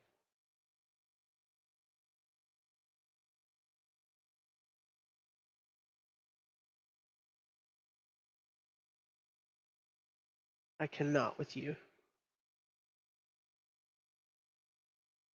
And my arm is really starting to hurt. So, yeah, he took me up to 322 my time. So he took me up to where you were up by the bridge. And then I went with you, and then he went back. So maybe at that time he did check it out. I'm sure he must have, because he lives in that area, he said, and those were his neighbors. So I'm sure he probably did. But, I went back to the hospital, and I tried to sneak in and see my kids, and they stopped me. So, yeah. Thank you. Yes, I did. Thank you very much. And so I had to sit down. They came and told me that, no bad habits like that. No, you smoke but don't chew gum. They came, and after this, everything happened so fast and so many things. Well, we sat down and had a lot of questions to ask you, Okay. for sure. Oh, yeah, we talked, but we went down and took x-rays, and we were talking there also. They did some tests on me. Then we went, after x-rays, we went back to an examination room. They wanted to see if I'd been hit anyplace else. And while we were in there, they told me that Christy had died. And Then I was really confused because the way they had described it before, I knew how my kids were on the tables. Christy was here, Diane was here, and Cheryl was here. And they said the little girl on this table, Cheryl's table, was not making it. And so when they told me that Christy had died, I was crushed because, as I said, Christy's my favorite. But Holy hell!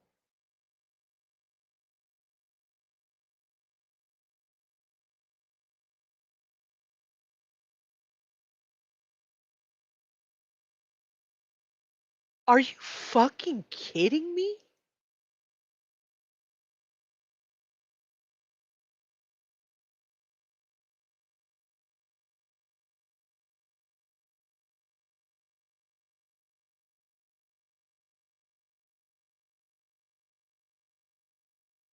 Do y'all have favorites in your kids that you would ever say out loud? Like, maybe you have 3 kids and your oldest is a boy. He didn't give you no trouble, easy to raise. And then you got like your 2 little girls, and the youngest is just like she's the sweetheart baby. She was the one that was the surprise, and so the 2 older kids help you take care of the younger one. Like that kind of thing. Like where you're just like she's not the favorite, but she's favored. She's blessed, she's favored because she's got all of you that want to take care of her. But you don't have a favorite.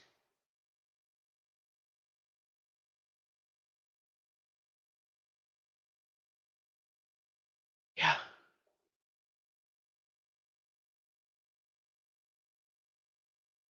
A lot of times there are some families that are like that, Mustang, that where families have, a favorite. Grandparents sometimes, or aunts or uncles, sometimes have their favorites. But typically in parents, I don't know. I just don't. I I would have been devastated had I thought that I was not. I don't know. I wasn't a daddy's girl, so I guess I can't even really say that. But I wasn't not favored. I wasn't the favorite, but I wasn't not favored. So I don't know what that feels like. And I have raised an only child because, as I've said before, I lost my first one.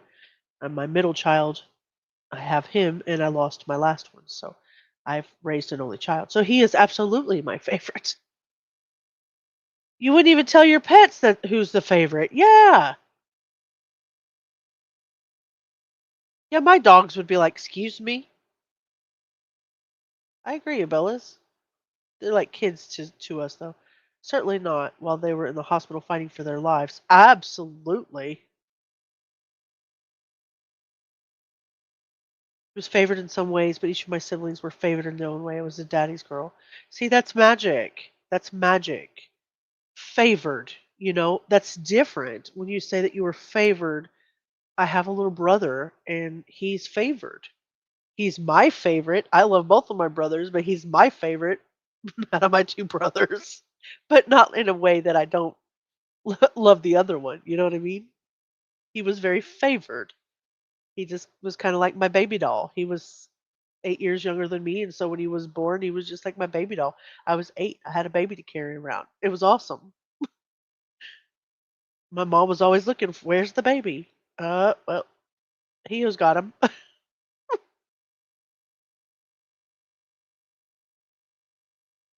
That's crazy. I can't. She just said that. That was appalling, to say the least.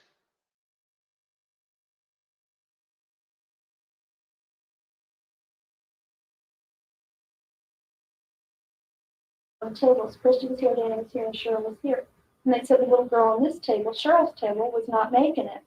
And so when they told me that Christy had died, I was crushed because, as I said, Christy's my favorite. But I was confused too because Christy wasn't the one they said wasn't making it. But Wait, what? Hold on. Hold on. but I was confused too because Christy wasn't the one. Wait. You just tripped up, Ho. Hold on. Trying to talk fast. I was really confused because the way they had described it before, I knew I know how my kids were on the how my tables. kids were on the tables. Christy was here, Diane was here, and Cheryl was here. Christy was here, Danny was here, and Cheryl was here. So So Christy's the middle, Danny's the youngest, and Cheryl's the oldest. Yeah, she tripped up on what she was going to say, right, Teresa? Did you hear that? She's going to trip up. And they said the little girl on this table, Cheryl's table, was not making it. And look at the distance. Look at the distance.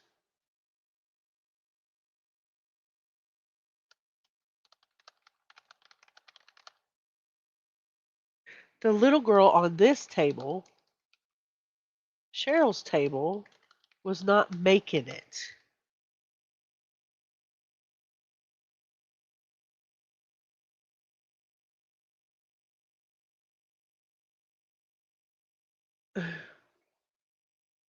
The little girl, not my daughter, not my child, my baby. The little girl on the table. Exactly. Not my Cheryl, not my Christy, nothing. So depersonalized. This is so when we were going over the parole board hearing, they talked about when they had done some psychological evaluations on her over the years, and the guy asked her, do you think, or maybe been the girl, I can't remember which one of the two, but do you think that it is impossible for you to admit these things because of the personality disorder? You're incapable of comprehending what it is that we see. You're incapable of telling the truth. That your mind just won't let you tell the truth. Absolutely.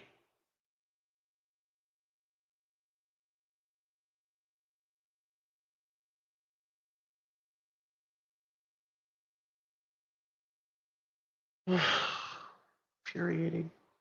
And so when they told me that Christy had died, I was crushed, because as I said, Christy's my favorite, but I was confused too, because Christy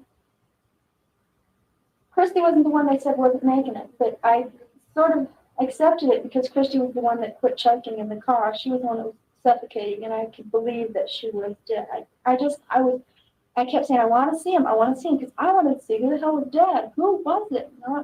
You want to know who to mourn for. No, you wanted to make sure that you killed the right one.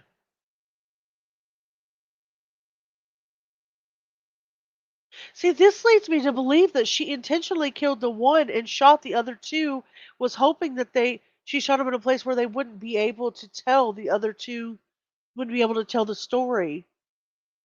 It just makes me think that she shot the oldest one on purpose to take her life. Doesn't it sound like that to you guys? Is that just me? And then it was like I kind of just accepted it, like, oh damn, well, got the wrong one.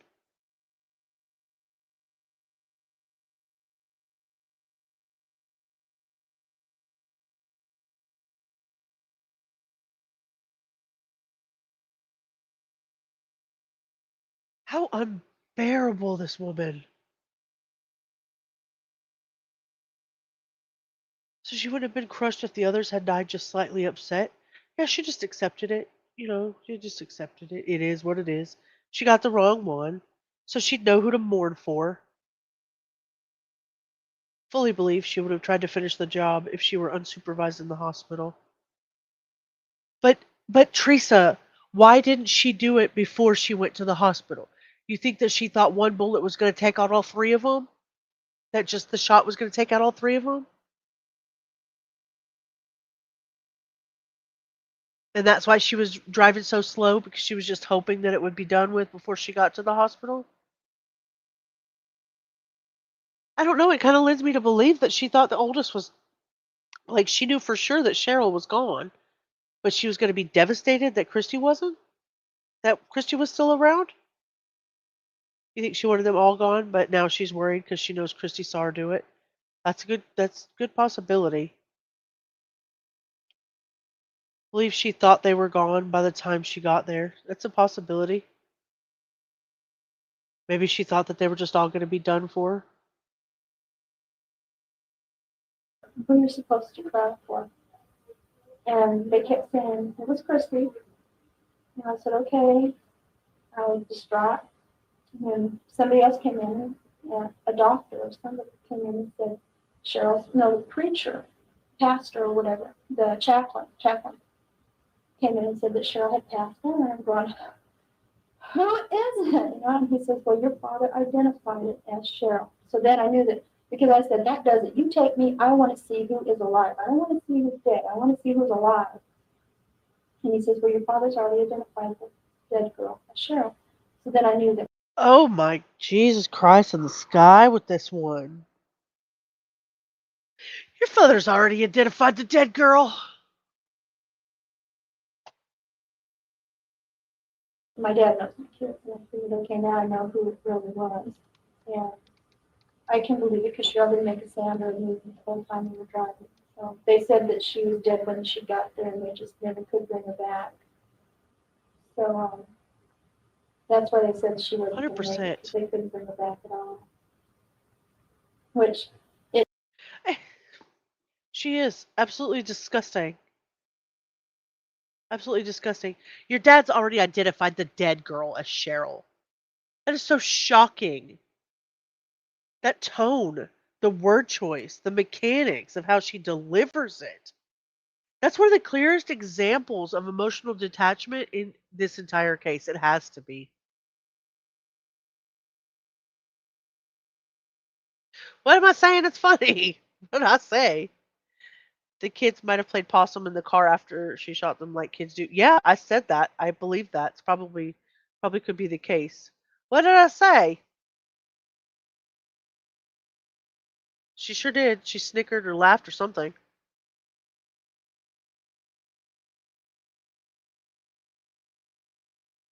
Why didn't she identify her daughter? Why did they ask her dad to do it?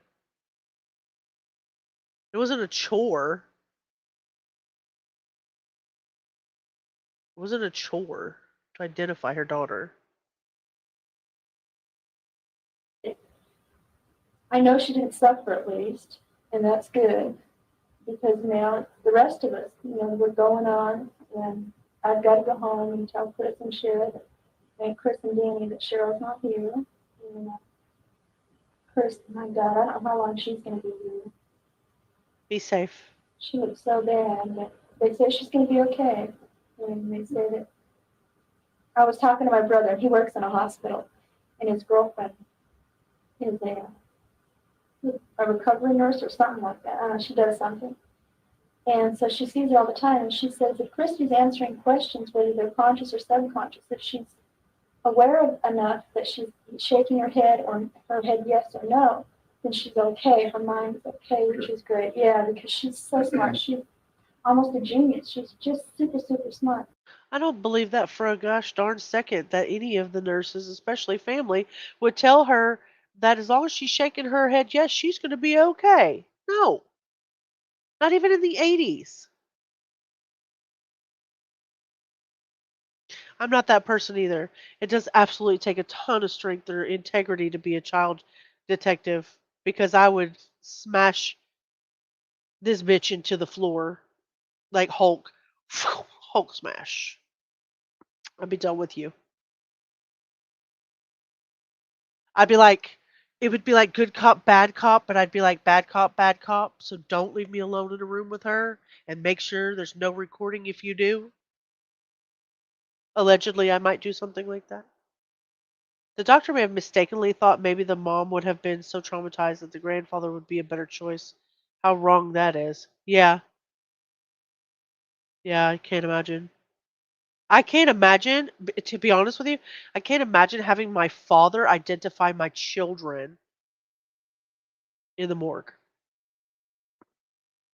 I can't imagine putting my father through that, much less knowing that, well, she just didn't make any noise and pretty much she was a goner from the beginning, I can't imagine that callousness, but then bringing your father into it and having him identify your child.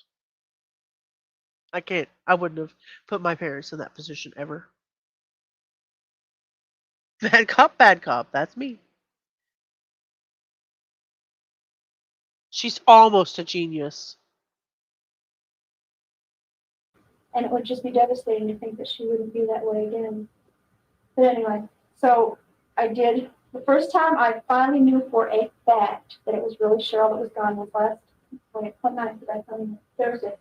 Wednesday morning, whenever they finally brought me to my room, they had told me before they took me to my room that I could see the kids, and I made them keep that promise. Friday. Yeah, early Friday, about 4 o'clock or something.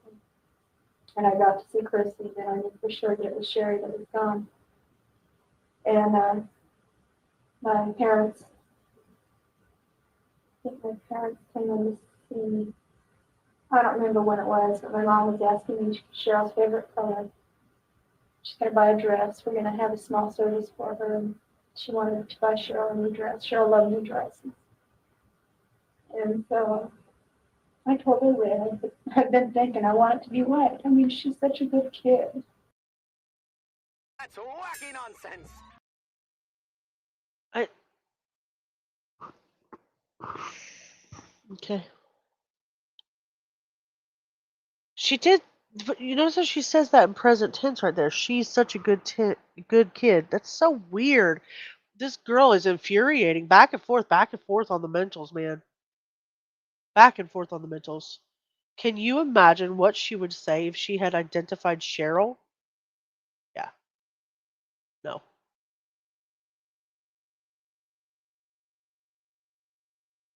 She doesn't grasp that her language is giving her away. And I just wonder if the detective saw through her BS from the beginning or not. I don't know the answer to that yet. I'm sure some of you out here do. The way she said, but anyway, after talking about her, yeah, about how Christy may not be the same again, exactly how Robert Durst talked. He described something gory and then say, but anyway, yeah, disgusting.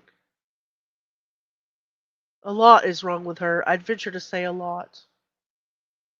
If you guys don't mind, would you please hit that like button while you're in here hanging out with me and subscribe if you haven't? I would really appreciate that.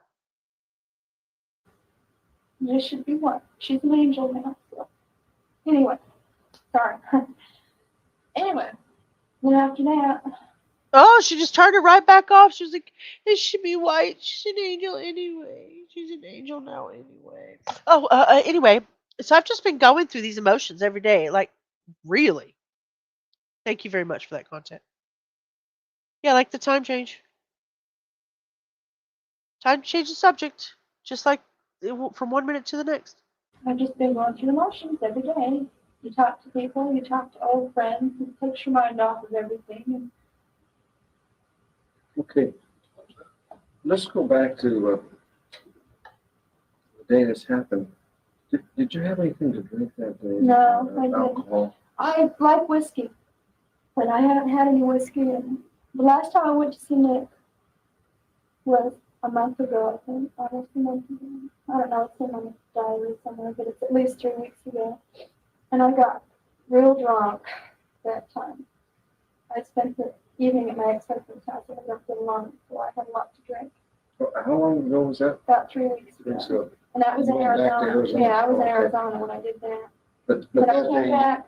No, I haven't had anything to drink in 3 weeks. were you on any kind of drugs or medication No. or anything like that at the No. time? Okay. I have smoked pot a few times in my life, but it's also been quite a while since I've done that. But lately, the kids and I have been so into doing things that I haven't. The reason that I drink and the reason that I, on occasion, smoke is when I feel lonely and depressed. And I guess that's the case with most people, but that's why I would do it. And so I never really drank when the kids were around at all. It was like on Friday night when Mom would take the kids, and I'd be alone in the house sitting and thinking and wondering why the hell Nick isn't here or whatever, because he had promised we were going to be mates and we were going to raise the kids and everything was going to be just fine. And I couldn't understand why all that was. Who's Nick? Who's Nick?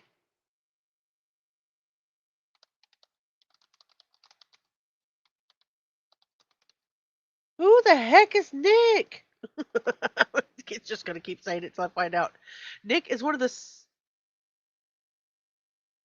critical. Wait a minute. Wait a minute. Who was Nick? The role of Nick Lou Lewiston?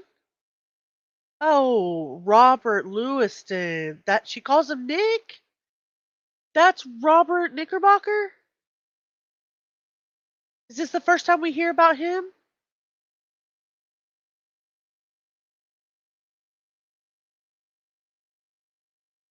Yeah, I think this is the first time we're going to hear about. Uh, Thank you very much, Jenny. Consider scribing. We have lots of good times over here. I really appreciate that.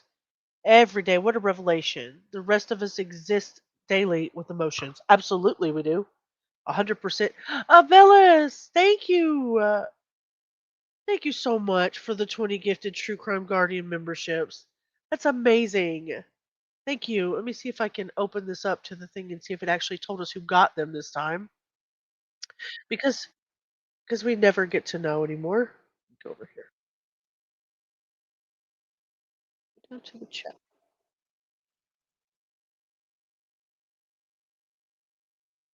Hello? There we go. There we go. Yay. It did tell me. It did tell me. Oh, Kane's Nana got one. Thank you so much, Abellas. Forrest Nelson, Tempest, Kalisa got one. I am not golden hair. Content. The question was, did you have anything to drink that day? Yeah, she went all around it. Anders got one. Beth, the boss lady, plant based. Viprin. Viprin, I recognize as a mod for, well, the thing is, aka Eddie. I recognize him from over there. Tammy Mayfield. Bellis is absolutely a rock star. Petunia Picklebutt. Nana. Corey Edwards. A name here. Yay. My cat's mom. Joe Hughes. And Irene Little Poplar. Gammy got one. I haven't seen Gammy in a minute. And Scooby Snack. Bella's making it rain. Thank you so much, Abellas. Thank you. You're so very good to this channel, and you're so appreciated. Thank you so very much. You go say thank you properly.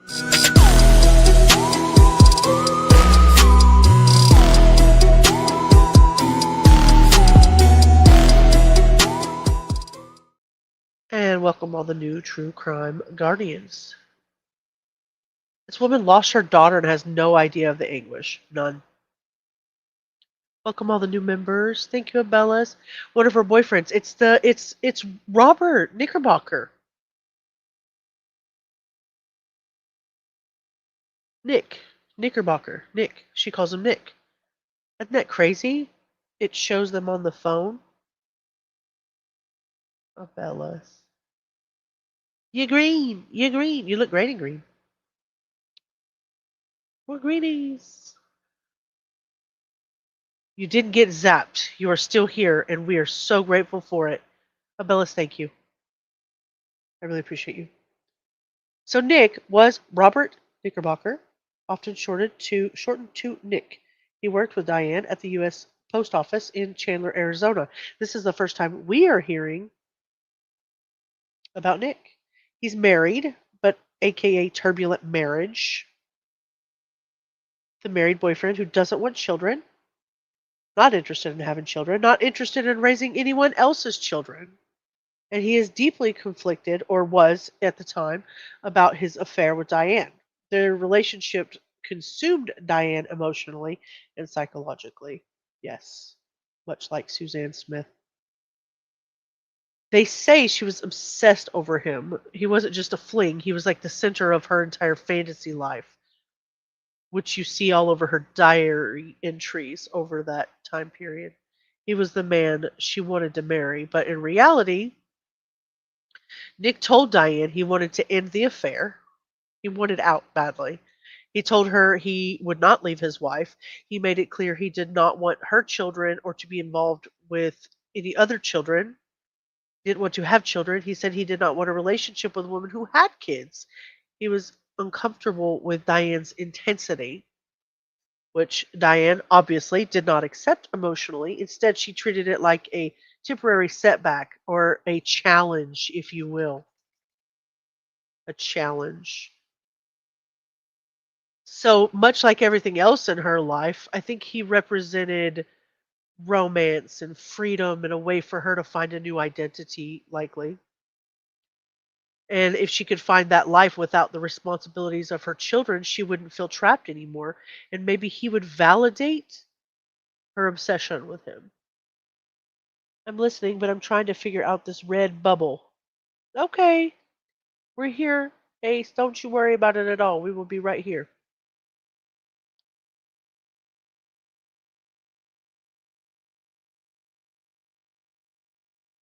Wow. All right, let's see what else she says about Nick. different, and that's when I would drink. It's like Friday nights when the kids with my mom, because I'm a real conscientious mother, and I despise people that are lax in raising their kids, that can allow themselves to get drunk when their kids are around, because you can't tell when an emergency is going to arise, and the kid will need care, and you aren't able to do it. That's, to me, that's very immature. So I didn't do that around my kids. So, like I said, the kids and I for the past few weeks have just been hanging out and doing stuff together, and I haven't had a time to really do it or even want to do it. I got to the point that even in my book, I told Nick, I think I love the kids even more than you. And What about that area out there?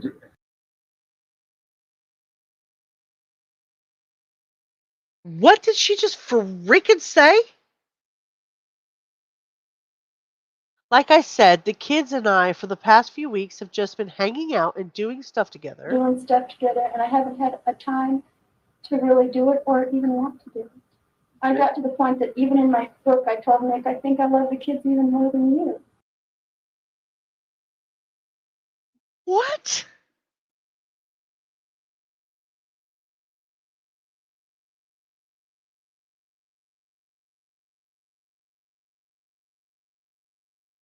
What kind of shit show was she performing there in front of these detectives?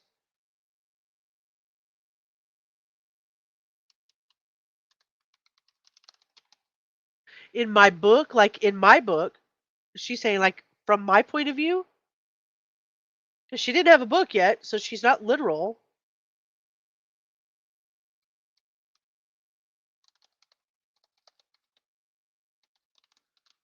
You better love your kids more than you love some piece of ass. Absolutely, Orange.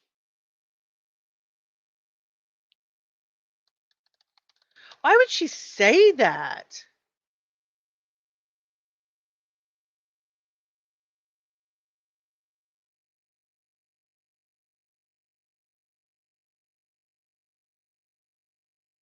I don't know. Thanks for clearing that up.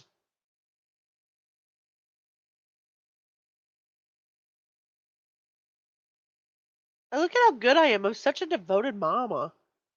I'm the kind of woman who puts my kids first. Already building that reputation up. She knew he didn't want a woman with children. So what does she do? She'll say something motherly to like mask the reality that she already knew that Nick didn't want anything to do with her and her children. Her children were obstacles.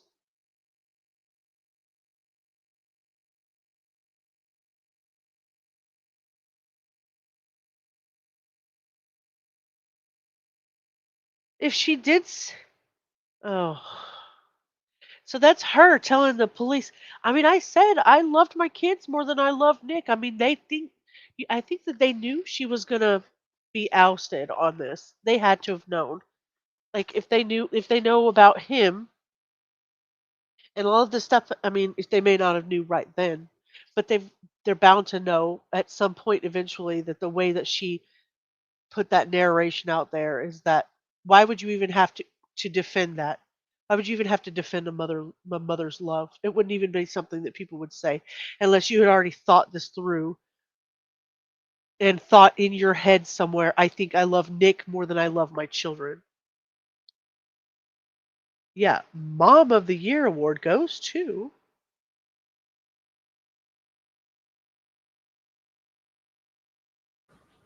And What about that area out there? How many times have you driven out? I've never been out there. I've been out to Marcola once. I went to Heather's house once, no, twice. Once I went out there with her and my dad the first day that I got to Oregon to take her home, and it was at night, and I didn't know area, and I didn't even know where we were. The second time I went was about 3 weeks ago. I drove straight out there and talked to Heather. She didn't have a phone, and I talked to her about coming into work, and then I came back. And So that was the third trip you. so that was the third trip, yeah. And that we took a different way. We took the back way this time. How do you describe the back way? Sunderman Road goes like this, and I can. So that was your third trip out there. The first trip you made to take her home as soon as you moved to Oregon. The second trip you made out there. This is the third trip you made out there in the dark. You didn't know where you were going, but you took the back way. She gets tripped up so quickly and so easily. Yeah, I've never been out there, but now I've been out there 3 times. And the first time it was dark and I didn't know where I was going. And the second time I went out there, and then the third time I went out there, but I took the back way home. Never remember the name Sunderman until I see it. It goes off at the bridge there and it curves back. back around on the main highway. Right. How did you go in? Okay, the first time I went all the way up Marcola just before the bridge, and then you turn, and the name is Sunderman. And I can never, like I said, I can never remember the name until I see it on the post, and then I know that that's the turning point. When we were coming up, I knew that we were kind of close, but it was starting to get kind of dusky out, and so I wasn't real sure of the trees and the site, the land areas. So I wasn't positive where to turn, and I knew there was supposed to be a bridge, but I wasn't sure where. And then all of a sudden I saw the word Sunderman. I said, well, that's it. So I turned, and I'm going, you guys, this isn't the road. And they're going, well, let's turn around and go back. And they're always full of help. And I said, no, I know Sunderman is the name. And so we just kept going and going. And then I realized we finally got to Heather's house, and I said, that was the back road. It takes a lot longer, but that was the back way. It seemed longer maybe because we didn't know where we were going. So. Is that Heather Plurd? Yeah. She's a real sweet kid. She came in to see me yesterday. She went to work, and she just said, guys, I can't do it. Because we started there at the same time. She tried to get on at my dad's post office and work, but Eugene hired her first. And she's real sweet. We got kind of close because we started the same day, 2 subs in a new city. And so. When did you start there? I started in Eugene about 7 or 8 weeks ago. And then an opening came up in Cottage Grove, which is a real small town, and you get a lot more experience. You get to cover a lot more area, clerk work, carrier work, and 204B work, which is a supervisor.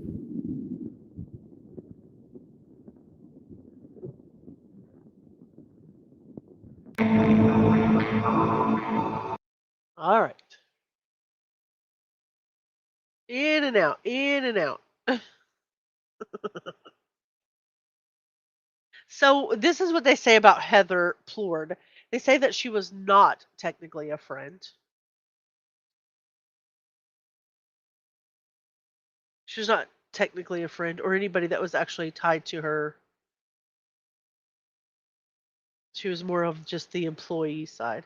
The matter matters because they think that she fabricated this whole thing about bringing this thing out to her friend, and she's a sweet kid, and that, you know I'm sure that we'll learn more. We will learn more about her later. We are going to stop for the night on this first bedside interrogation, and we will pick up tomorrow with part 2. We've been live for almost 2.5 hours tonight, and I can't thank you guys enough for hanging out with me on both the regular and vertical live,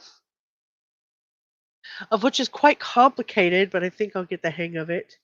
Abellis, let me say thank you one more time for the 20 gifted memberships. I really do appreciate you in all the ways that I can show appreciation. I really do. Thank you so very much.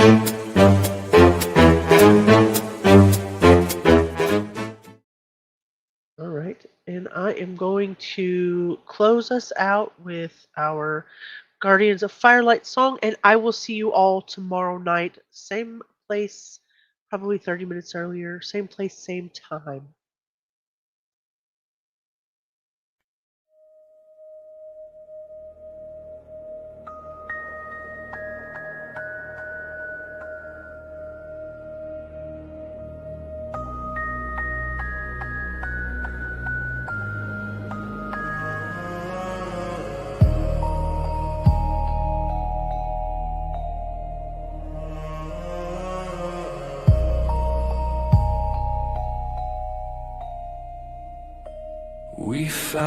a flame in the silence when the world forgot our names.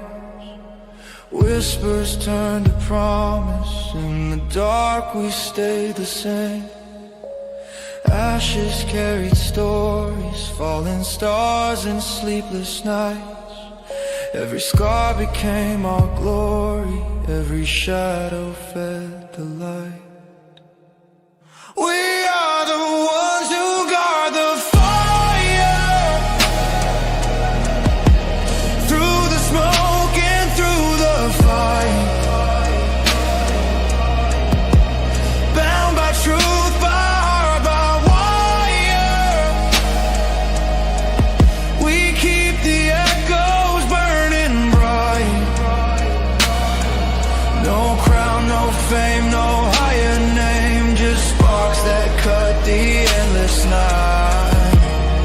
We are the guardians of firelight.